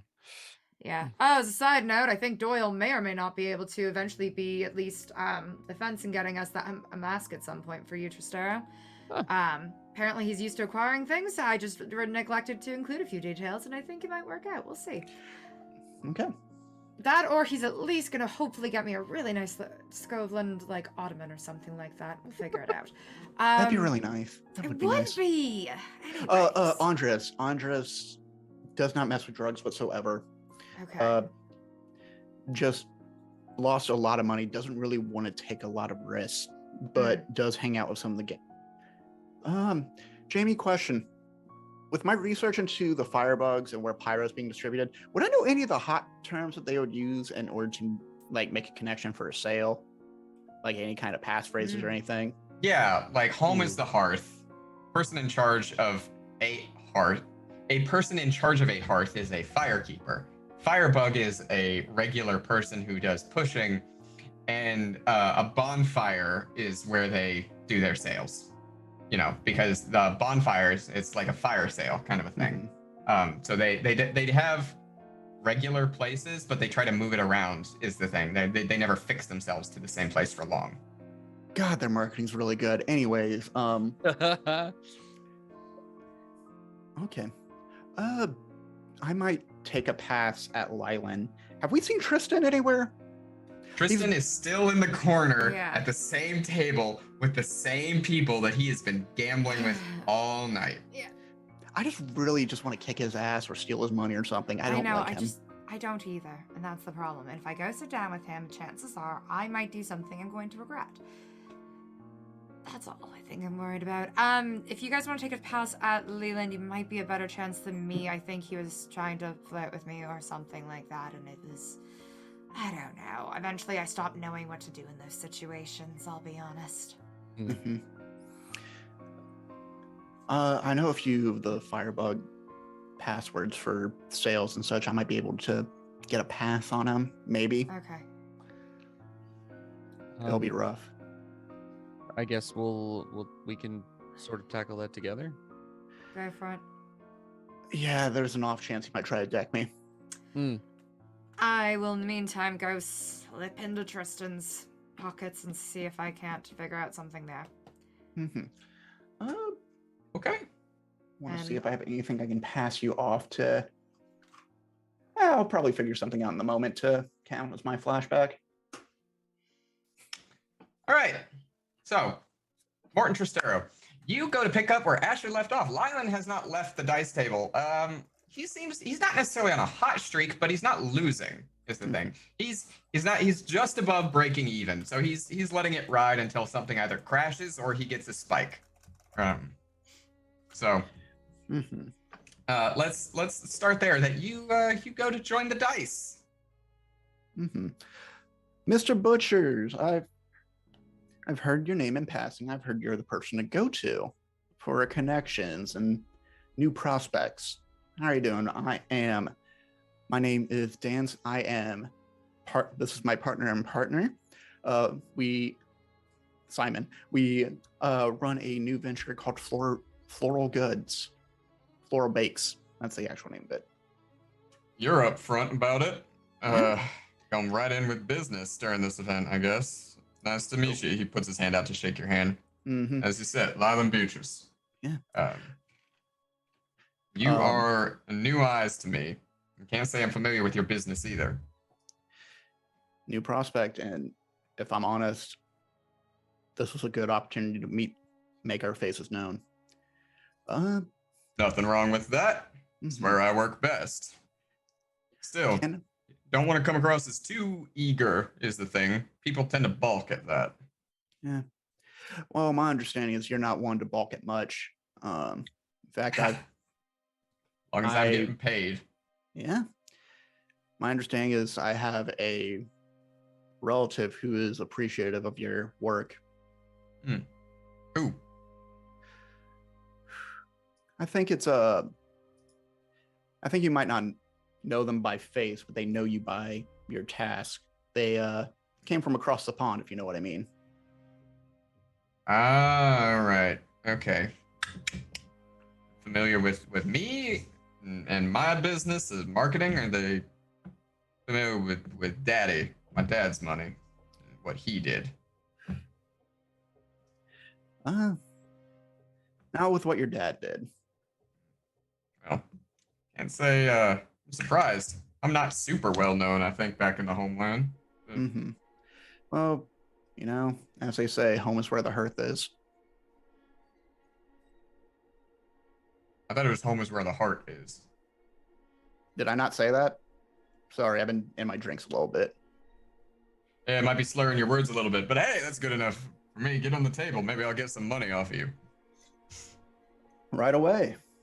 Don't go too overboard. We've already lost a good amount tonight. What's one more bet gonna do to me? That's the spirit. I've lost a lot of money tonight too. Mm-hmm. Fortunately, my lucky charms wandered off a little bit, so we will just hope for the best. Mm-hmm. Come on, take a roll of the dice. So what you said you run a floral business, right? Something like that? I run the floral side, he runs the flower side. Flowers and flowers. Simon, I work in baking goods. Oh, all right. I get the pun now. Okay. Mm-hmm. Yeah. Very nice. Hey, that's good marketing though. Good marketing. I like you two. All right. Mm-hmm. Yeah, he kind of casts the dice out of his going. All right. So you do baked goods and the like. Have you met Andres? He kind of gestures over towards Andres's. Yeah. Yes, we had a lovely conversation with Andres. Yes. Great man. Does good work. Used to put a little bit much on goat racing and horse racing and the like, but he's pulled back from that. I used to take him out to the stables, but he's begged off that, and you know what? Good for him. I wish him best of luck. He says he's starting up a restaurant venture sometime soon, and that kind of like he might be one worth connecting with for you. Now on the floral side of things, he kind of Helene is always changing her decor and things around here. So if you want to do flowers and flower shops, Helene's a great place to start. She'll know. She'll always be a constant business for you if you do good work. She loves her floral arrangements. That could be an excellent opportunity for us, and we already obviously have a rapport with Helene, given that we got an invitation to the party. Which Absolutely. is incredibly kind. I don't know how many of these that you've been to, but this is our first time, and we're having just the best time. Mm-hmm. Sure, absolutely. Hey, I've had a couple of drinks, bit of information for free, get you started, anything like that. But you want my help meeting people and like getting you real started? Here's my business card. He gives you a business card. I can connect you to the right folks in the right places, is the thing. Like, I know the names that you need to know from fucking Silk Shore to Brightstone. If you need to connect with someone, whether it's about your baked goods or, I'm sorry, it's like, not baked goods like the food, baked goods like the industrial equipment for making it is kind of what all right. Or your flowers or whatever. Trust me, you work with me, your floral arrangements and fucking brownies will find their way into White Crown. Mm-hmm. That it's incredibly good to make your acquaintance. Well, it's getting a little late. Why don't we go try and bend Helene's ear before it gets too late, and you've already lost enough of our money that we need to continue our very fresh business venture. So we should step off. Hey, like I said, you got my card. If you need me, you know how to find me. Thank you. And I think I'll try and pull Tristaro, because this doesn't seem like it's going anywhere. You're so fucking suspicious. This is Cole saying it, not Tristaro. Yeah, no, I got you. God. I'm going to just kind of pull my arm away a little bit, just be like, honey, that I need the other thing, the hot thing. Please. And I'm like trying to basically will myself to sweat to look like I'm having a little bit of a withdrawal from pyro. Okay. That is a sway roll. Desperate great? That's on you, mate. It's risky standard to start. Yep. Um. Okay, and then I'm going to push myself again. Okay. Because I need this to work out. I need some kind of lead because I am running into a lot of dead ends mentally. Okay. And yeah. I'll take a 6. That's 6. Ooh. Okay. All right, mate. You need me to get you a server or something? Like he's kind of like looking at bartender for someone. Like, do you need like a medical help? You have an allergic reaction? It's just the heat. Just a lot of people around me. Okay. Well, sometimes I get a little riled up, and I've been here for a while. If that might be heat stroke, then, mate. I've done some touring in Aruvia. What you need to do, go find yourself a nice quiet room. Go ask Helene. Get yourself a nice quiet room. Get yourself a glass of water. Sip on it slowly. All right. Don't glug it all at once, or you're gonna put yourself in shock. Is the thing. Go find a nice, quiet, shaded room. Make sure if you can get a fan, like to fan yourself with, or get your partner here to fan you. That'll definitely help a little bit. Go sit down. Take care of yourself. Take a load off. Don't have any more alcohol. That's definitely not going to help. But if you're overheating a little bit, that's yeah.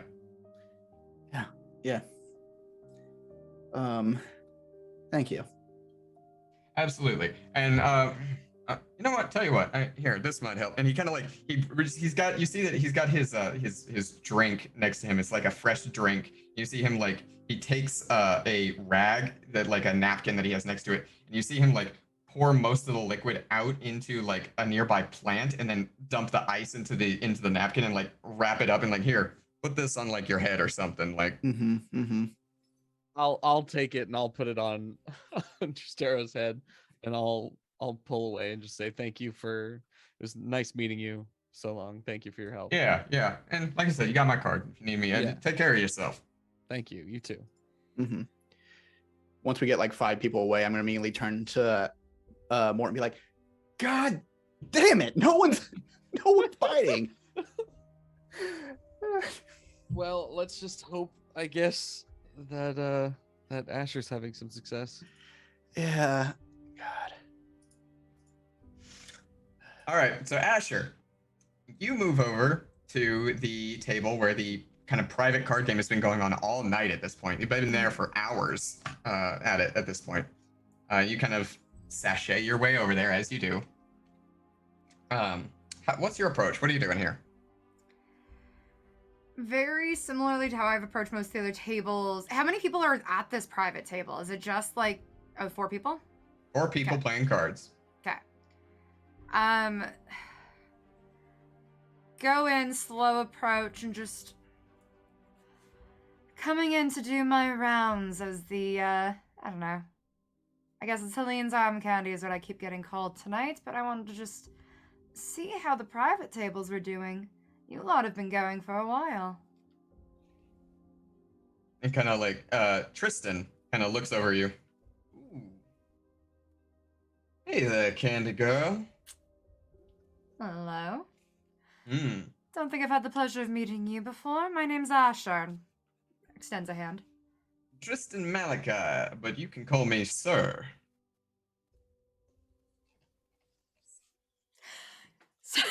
We're good? Of course I can. How's the night been treating you lot?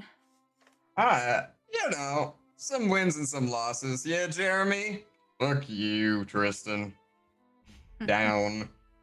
Good fucking, say almost half my mortgage at this point. Yeah, well, you know, we've all taken some losses here tonight. Fucking Gerald's over there is on a hot streak. You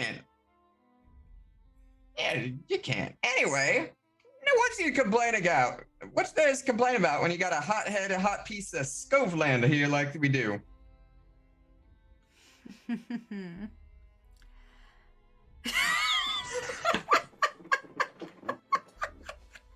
Flashback, pull out a gun, just shoot him right now.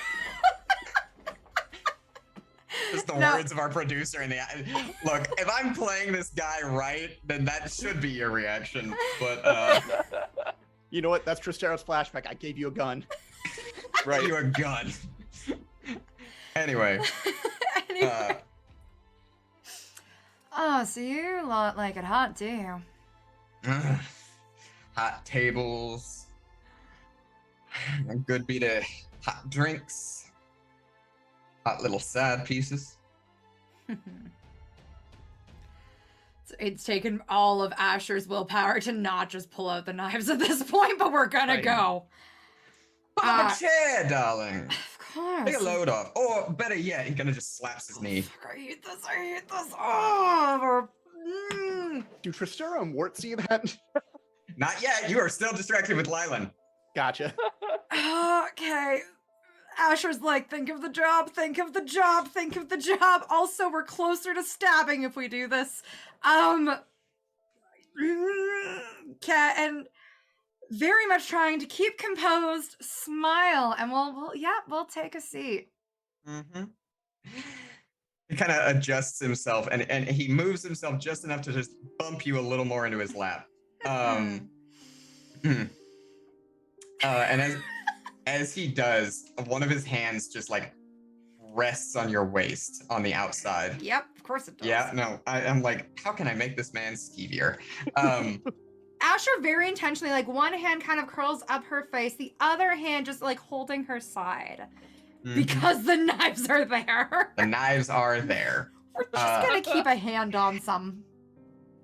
And he's gonna keep a hand on you, but like other than like getting a little handsy, he's not really paying you much mind. He's just playing the cards on the table. How does everybody, because they're just playing, what is their vibe like? How do these people come off? Do they seem under the influence of anything besides alcohol? They seem on surface level, what I can tell you is they seem like they've known each other a long time, whoever these, and like this is just a thing they do is play cards together. This is their vibe. They came to this event because, you know, it's an event. And it's rude to say no, but also like they're just doing their thing. They're like the shitty good old boys kind of thing, playing their cards, and this is what they're here for. They don't give a shit about anyone else here. The best you can tell, they don't give a shit about much of anyone. No. So how often do you lot just come here to play cards? It's not always here, ma'am. We've got our own rooms, things like that. Private rooms, you know. Sometimes we invite entertainment. Sometimes I bring entertainment. Oh? Yeah. You know, I'm good with people. Some people owe me things, so they'll come pay off their debts by working as servers and the like, when we have our events. Do you ever take any of the staff from here and have them work for you? From here? Yeah. Maybe. Don't remember everyone who works under me, but there's a good chance that I got some of the people who work here their contracts.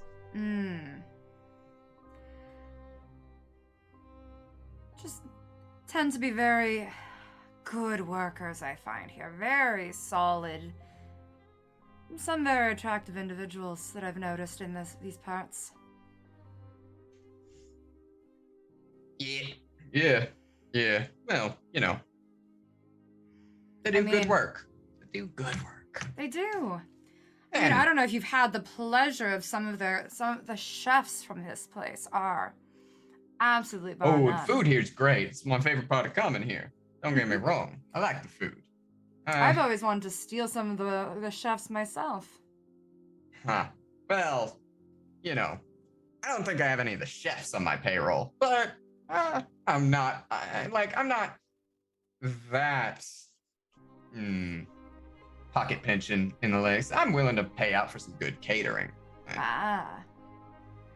That makes sense. I mean, especially if you're going to cater private parties, and considering you lot seem to like it. What was it, hot?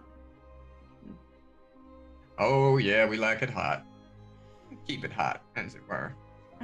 If you want to do an assessment of anyone at the table in terms of you think anyone's on pyro or anything, go ahead and make me a, what kind of a roll would we say that is for Ash? That's study. That's definitely a study roll. I'll take that.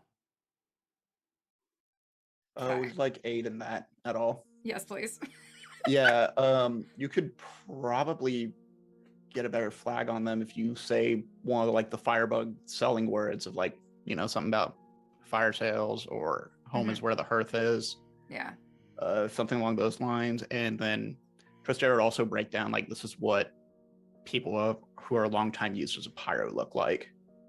And that will be my second use of Foresight. Okay. All right. So yeah, take that bonus die. Okay. You can take 2 stress to push yourself if you want. Devil's bargain? Oof. Helene sees. No. Oof. Devil's bargain is I'm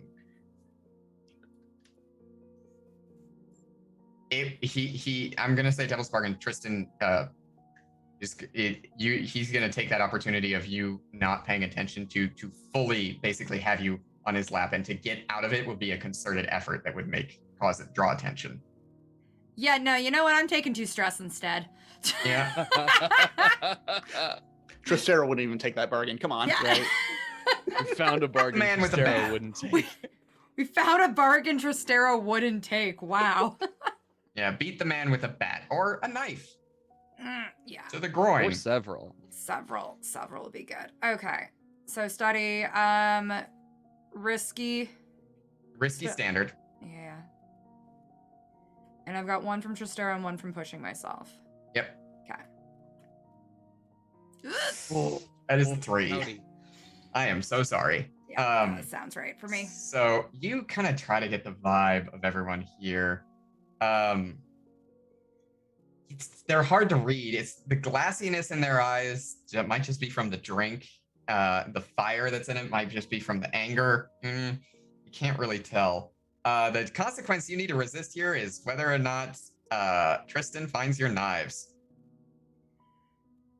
Okay, we're gonna resist that one. All right, that will be an insight resist. Okay. Fingers crossed for me. 2 stress. That's fine. I'm holding out. It'll be fine, right? All right. Oh, yeah.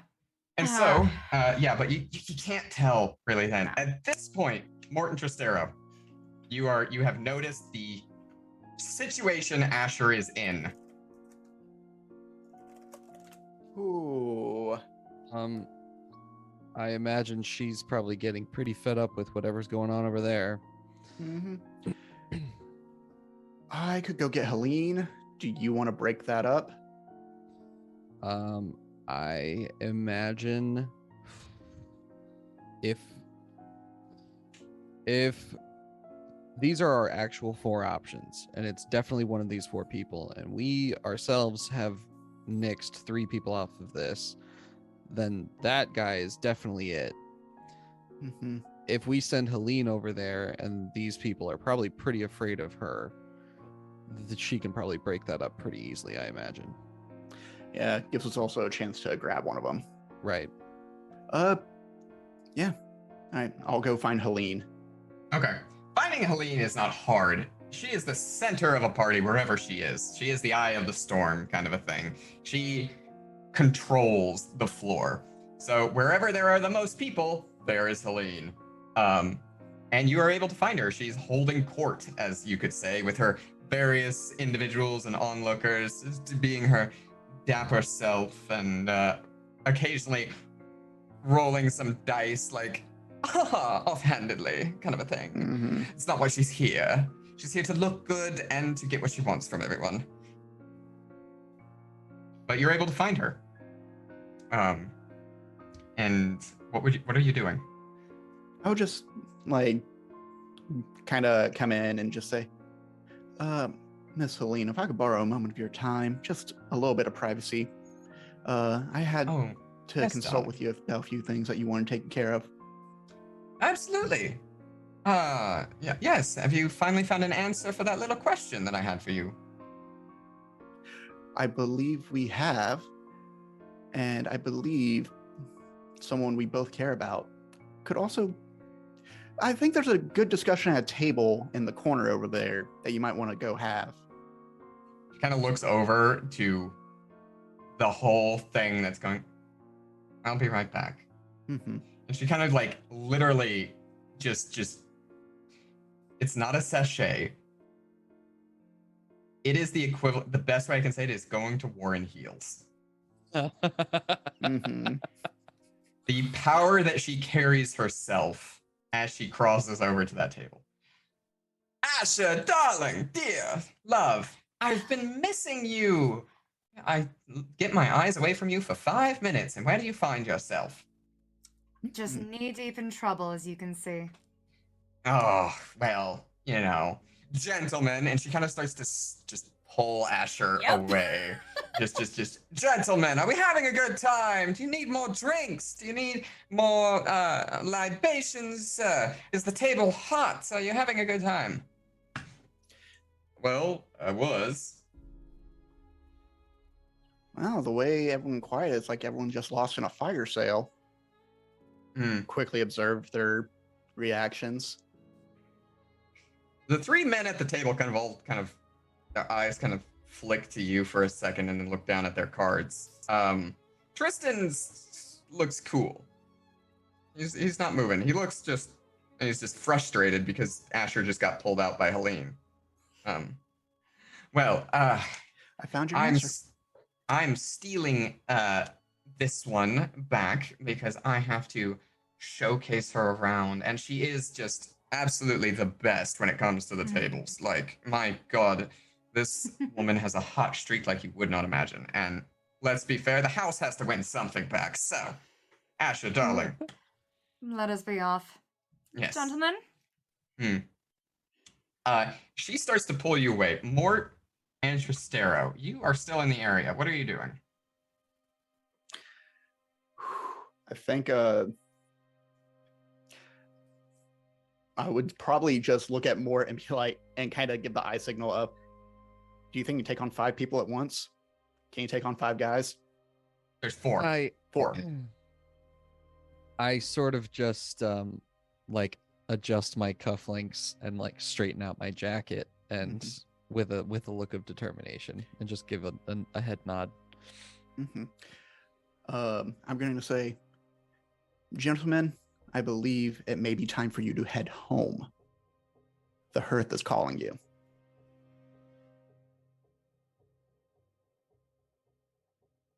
I don't see any fires on the horizon. I believe it's best if you make your leave, gentlemen. So the 3 others are kind of start to roll their cards, and Tristan's like, I like my seat. It's a comfy seat. I like it here. I think I'll walk up at that point. I believe what my partner here said is that it's time for you to go. Tell you what. You don't even have to leave. Just you, sir. I'm pointing directly at Tristan. Just give me a smell of this. I'm pulling out, I want to have a flashback and have one of those cursed vials of murmur. Okay. So you pull that out. How are you going to get him to do that is the thing. He's not interested in anything that's your vibe at all. He is combative and you get near him and it ain't gonna go well. I'll tell you what. Let's have a bet. I have here 2 stalks of murmur. And I'm going to basically take them and cover them both in my hands and surround them. Okay. Now, I'm going to give you 2 coin to pick one of these hands. And you get that 2 coin wherever you want. And then I will throw in another coin if you take it, and I will take mine as well. I need a sway roll. At desperate. Standard. I'm okay with that. Mort's demeanor is supportive, but he is confused. Listen, if I just give this guy a bad trip, we can just take him. How many of those, because you poured most of those into the chalice and you took one already. Didn't you only have one cursed vial left? Yeah, that was the one that Archie had. Yeah. And then there was one that I took. I was wondering if I could flash back to grab one from Skurlock and just say, hey, can I call in a favor with the flock from Blue Jay? Just to start that line of communication. I love Brandon already freaking out in the camera. As an acquisition from Jay, one cursed vial. Sure, we can say go. All right. So give me, in the realm of convincing him, give me a desperate standard sway roll. Devil's Bargain. Whoa. Devil's Bargain, it doesn't matter which of these vials you take, you're having a bad trip. I'm okay with that. I can carry 2 bodies out of here. Yeah. Is Mort able to add aid? Yeah. Yeah. Mort's the intimidation factor if Mort wants to take a stress. Yeah, I can do that. Cool. All right. So that's 2 extra die. That's a 5. I take a 5. That is a 5. Woof. Yeah. Yeah, okay. Consequence. So that's a success, but your consequence here. I'm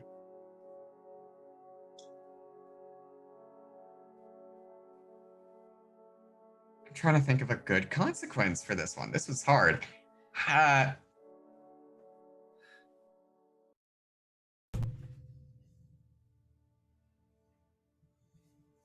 Your consequence here is that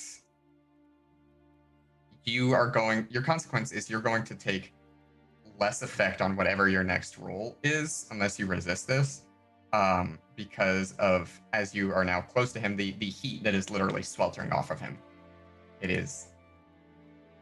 Yep. I'm okay with that. I'm going to accept it. All right. So he's like, he looks at it. 2 coin. What the fuck are you playing at? I just want to take a gamble. You seem like a man who enjoys a good ride. First you're asking me to leave, now you're asking me to fucking whatever this is. I don't know what you're on, kid, but 2 coin on the table. He kind of, he'll reach out and he'll slap a hand, and we're going to do a fortune roll to see which one it is. All right. So you're doing a fortune roll. It is 1 die. On a 1 to a 3, you get the tainted vial. On a 4 to a 6, he gets the tainted vial. Okay. That is a 1. Oh, good thing Tristaro's used to this. Yep. So he will take the vial, and then you will both do it, and then we will roll. You're having a bad trip, whatever is happening, Tristaro. Apologies. But he will take it, and it is variable. Because you do have the good stuff, so it's a very low chance that he'll get a bad trip. Because he's rolling 3 fortune dice, and he just has to roll above a 4 or above not to have a bad trip. So, 3 ones. Let's go. That is a 6. So yeah, now he's on cloud 9 right now. Riding high, right? He is riding high. Tristaro, you go down. Tristaro, you go down. You are now caught in a reverie. Can I resist me collapsing? You can resist you collapsing. That would, sure. I'm going to say if you want to resist you collapsing, that will be a prowess resist. Okay, well, shit. I got 3 die. That's a 4. You take 2. All right. But so you don't go down, but you are caught in a reverie of, basically it's like watching a speed run playback of every single time Lim and Marasi did Pyro. Yep. Again and again and again and again. Okay. But he's riding high now, and he's like, whew. There's some good stuff, kid. I'll take that coin. He kind of takes the 2 coin from you, Tristaro. Stands up a little bit. Oh, yeah. What about you, big man? What are you here for? He starts putting his finger in Mort's chest. I'm like kind of like one hand on Tristaro, like making sure that they're okay, and also now being poked, like just went from being ready to pull these guys out of their chairs and throw them out of this place, and just is so confused right now. But as soon as he starts getting poked, that reckless side comes out, I think, and I'm here to have my personal space respected.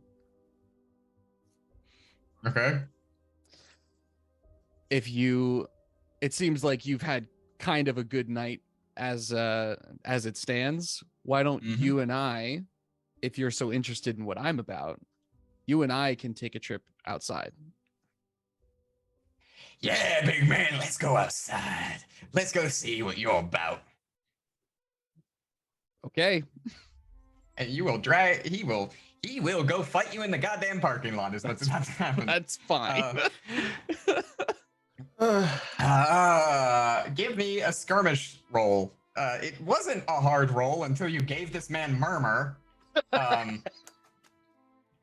I'm sorry. I could not figure out a way to try to make him leave without starting a fight, and then we got the fight anyways. You made him leave by starting a fight not in the venue, so congrats, you didn't ruin the party. Yeah, that's all I wanted at the end. You do need therapy. I got that clock going. All right, so give me a skirmish roll, Mort. Okay, let's do it. Skirmish or wreck, I guess that's on you. I think we know enough about this dude, and I'm engaging that reckless quirk, where I Wrecking his kneecaps, got it. I don't really give a shit about how this guy makes it out. Give me that wreck roll. Let's go wreck. I can. Do I want to push myself? I don't see why not. No, I don't want to push myself because that's instantaneous stress, right? You just take 2 stress to get. Yeah, you just take 2 stress. Okay, I don't want to do that because I'm in a good spot stress wise. So risky standard, and yeah, let's just do it flat. All right. I guess maybe there is a devil's bargain. Yeah, devil's bargain here. I would say risky standard, devil's bargain. One of his boys comes with him. Yeah. Okay. Yes. Yeah. That. Okay. Yeah. I guess. Yeah, that's fair. I guess Mort does have that. Not to be trifled with. Yep. So. Okay. So plus give me one. +1 die. Give me the. Wow. That's a 4. That is a 4 though. So it's a mitigated success. Here's what I'm gonna say happened. This guy's like, he's hot, he's ready, he's good to go. He's like, come on. And then you just like look at him and then just boom, 1 punch, glass jaw, he is on the floor and out. The consequence though here is that his friend goes, oh shit, pulls a knife and goes to stab your leg. So that is a prowess resist if you want to resist that. Yes. Yeah. Okay, so give me a prowess resist roll. Is that better than just taking an injury? It's either one thing of harm or rolling to see if you can not get any stress. I could quirk out at that. That's a possibility. It's always a possibility. From the moment you've got like 3 stress, it is technically possible. Right. Yeah, I'll resist it. Yeah. All right. So give me a prowess resist. Yes. That is a 6. Awesome. You take no stress. Amazing. I was gonna say, if Asher's dragging both your bodies out of here, I swear. Yeah, we just sleep at the casino. It's fine. No. So he goes to stab you. You just kind of bat the knife away, and it goes skittering. And he kind of like looks at you, looks at the unconscious Tristan, and darts. Yeah, I think I just look as I like make eye contact while he's like darting back and forth, and just boo. Yeah, he fucking scurries, and as he's like scurrying away, there's that little bit at the back of your mind. You hear a voice go, "Ooh, prey to hunt. Watch him run." And there is a little. There was a moment in Mort's mind where he had to make the decision I can either do this now, or it can be a chase or a hunt rather for later. Yes. But for the sake of time, here's what Tristan was the person. It's not hard to have actually figured that out. You find a vial of pyro on his person after knocking him out. And you leave him with Helene for a moment, but after she's done with him and you come back to find that he's got 2 fresh new bandaged knife wounds in his legs, she hands him over to you to do with what you will for the sake of your investigations. But the job is complete. Helene, and we will, again, for the sake of time, we're gonna rapid downtime because we're already 20 minutes over time of what we would want. But such is the way it goes in some of the slower kind of party settings. So let's talk payoff real quick for y'all. Payoff and downtime. So first off, 4 coin. You're getting 4 coin. Distribute it as you like amongst you. So figure that out. Reputation wise, 2 rep by default, +1 for the higher tier will click you over. You now have a stronghold tier 1. So congratulations on that. Nice. You have strengthened your hold a little bit so that you are a true tier 1 gang without anyone really challenging your space. So that's good on reputation. Heat. This was smooth and quiet and low exposure. So at base, this was an incredibly high profile target, however. So you will get 1 heat for this job. So just to, but you didn't kill anyone. So that's good. And you're not at war with anyone. So you somehow managed to avoid taking another wanted level still. The last 2 jobs have been quick and quiet. You kept them low exposure. No one's gone to jail. And so we will get to entanglements. Let me roll that entanglement real quick. That is a 3. Oh. Oh, I don't like that. I like that. That's a noise. No. For this one, I have a special one for the entanglement. And I think how you choose to play it will be on y'all.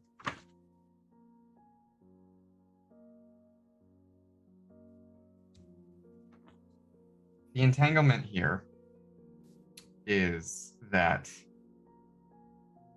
the blue coats round up someone connected to you after this activity, specifically in connection to Tristan getting assaulted and his friend, whoever ran off, blabbing. The thing is, the blue coats can't touch Helene. Her business is too strong, her alibis are too good, and no one's going to talk anything. So they work their way down the line, and they grab Marion.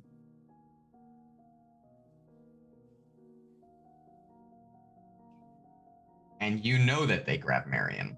Mm-hmm. And Marion is not a strong woman, is the thing, when she gets taken in for interrogation. And the blue coats are not kind in their interrogation techniques. You have a choice here. You can either, if you want to help Marion, pay them off with 3 coin. So 3/4 of what you just made. Or you can interfere after she's been interrogated a while, at which point you will take an additional 3 heat, and Marion will walk away with a lot of injuries. Or the last thing that I can offer you is that you walk away with no heat. You don't have to pay any coin. But Marion does not survive. Here's my pitch to the group. Real fast, because I haven't figured. I have 1 coin I will put up. I have whatever from the 4 that we gained today. I'm assuming I would have gotten one of those 2. I will put up those 2 personally. If I can at least get 1 from the rest of the group, then I'm paying it. I would put in the other coin out of what I have from prior to this job. Okay. Keep in mind, we also have 4 coin in the vault too, so. So you pay off 3 coin to the Bluecoats. Yeah. And they let Marion go. And she's just left incredibly confused about what happened. But alive, uninjured, and just kind of confused and a little scared. It's fair. Downtime. I would, I think I want to probably claim one of the coin from the job. Mm-hmm. So, and I would want to give her the other coin. Okay. Like I want to use my last coin in that situation to just give her money. 4 coin distributed. 1 coin put towards paying for Marion. Mm-hmm. 1 coin from Asher's cut of it. The last coin either comes from Asher or from what you got paid. That's up to you. Oh, I figured it was from me. Sorry. Okay, so from Asher. So that leaves so that leaves 2 coin to figure out what you're doing with from the vault, but yes, we can come back to that. Let's talk downtime activities, starting with Asher. You got 2 of them. What would you like to do? First one, indulging in my vice. Yeah, you just go right back around to the casino. You go out one door and in the other. Pretty much, yeah. Pretty It's a much. revolving door. Yeah, and it's a lot of avoiding anybody I saw at that party. I forgot. Asher, from your gambling endeavors, from at the actual high-rolling table. Oh, yeah. You did well, so you walk away with an additional 2 coin. Oh, okay, Oh, so I'm not totally there you broke. Yep. That's exciting.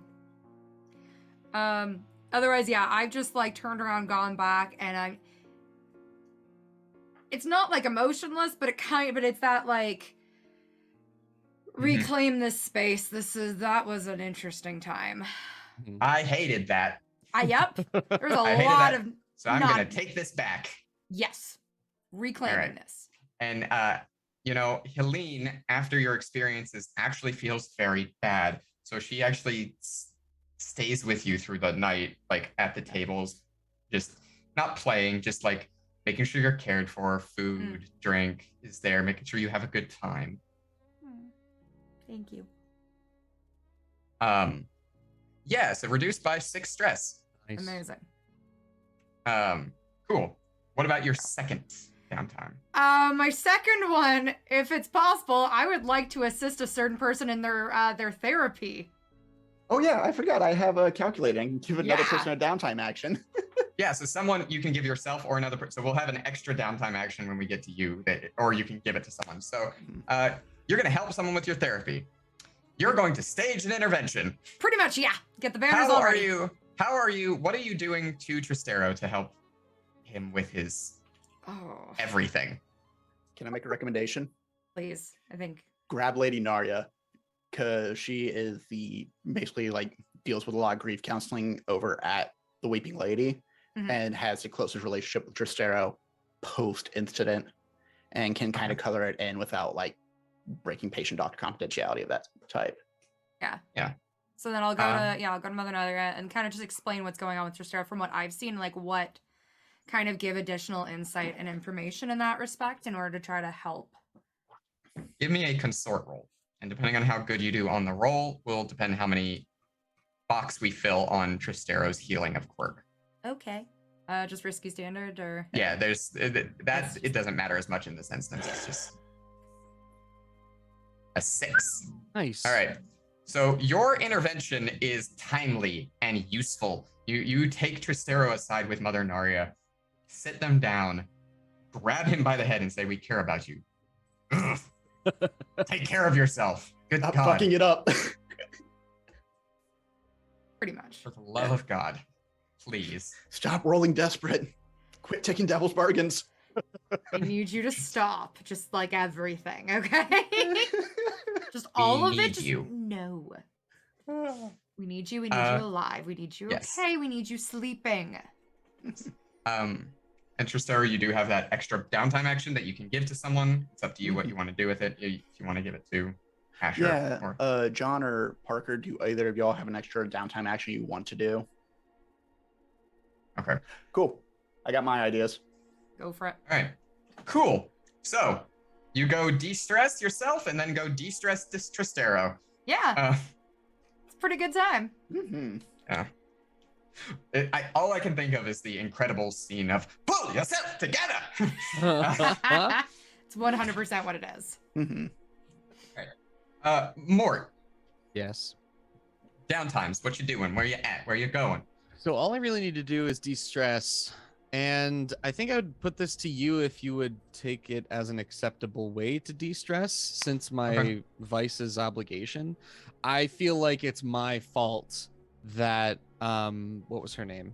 That she got pulled by the police. Marion. By the Bluecoats. Marion. I feel obligated to go do something about that. And so I feel like by giving her a coin, by like going to her workplace and like just going in, maybe ordering a drink from her and leaving just a giant tip could potentially act as my stress. So you go put yourself in a not great situation in a not great part of town out of feeling of obligation for her to try to help a little bit. Go ahead and do the indulge your vice.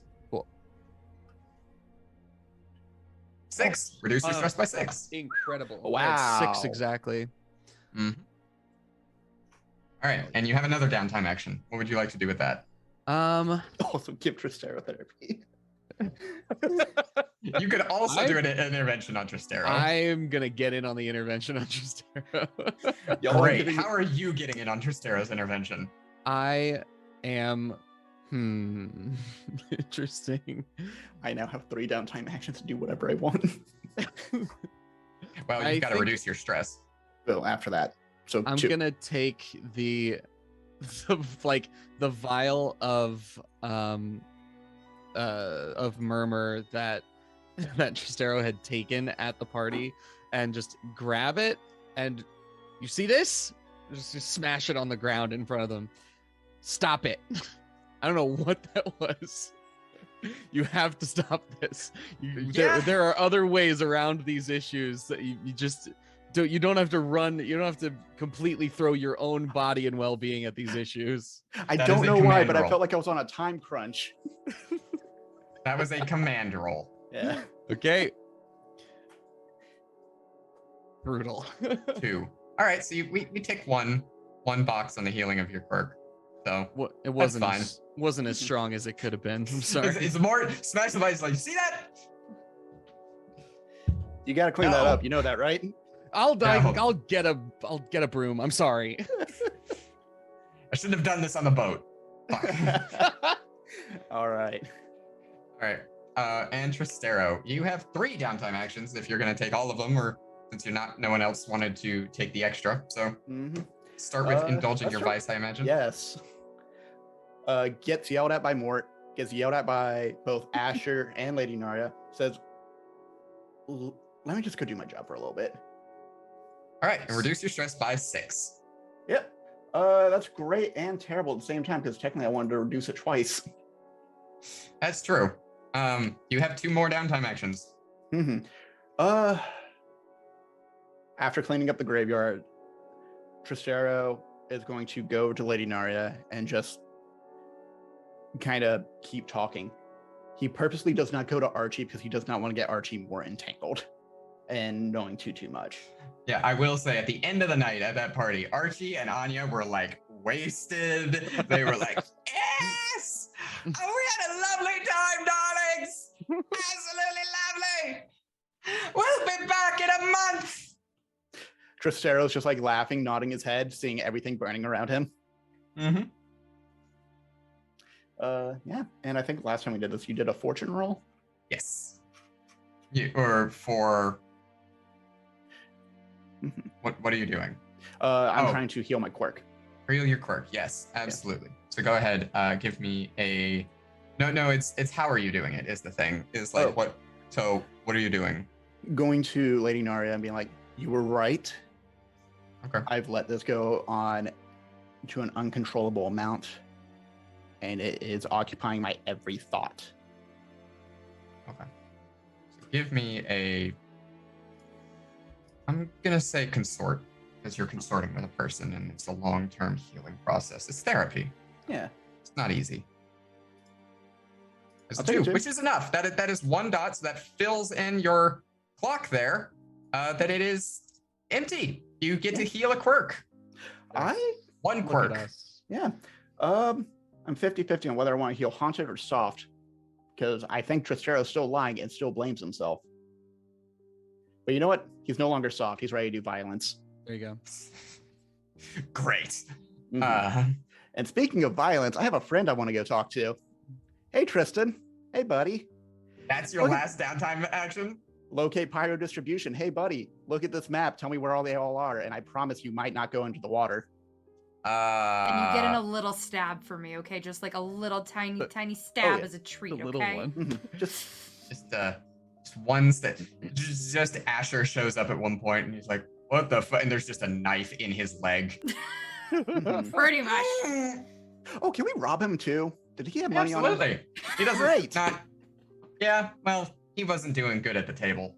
So you get some spare coin here or there, but like, sure, you take all this stuff.